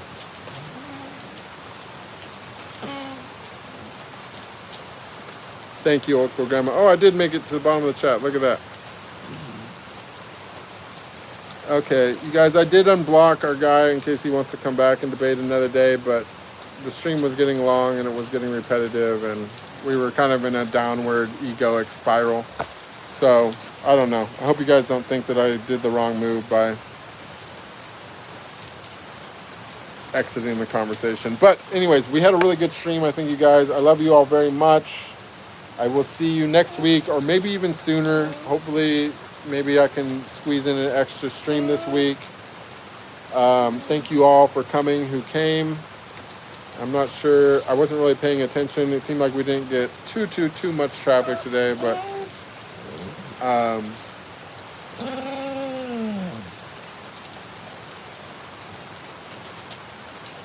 okay, bud. Anyways, I love you all. Until next time, peace.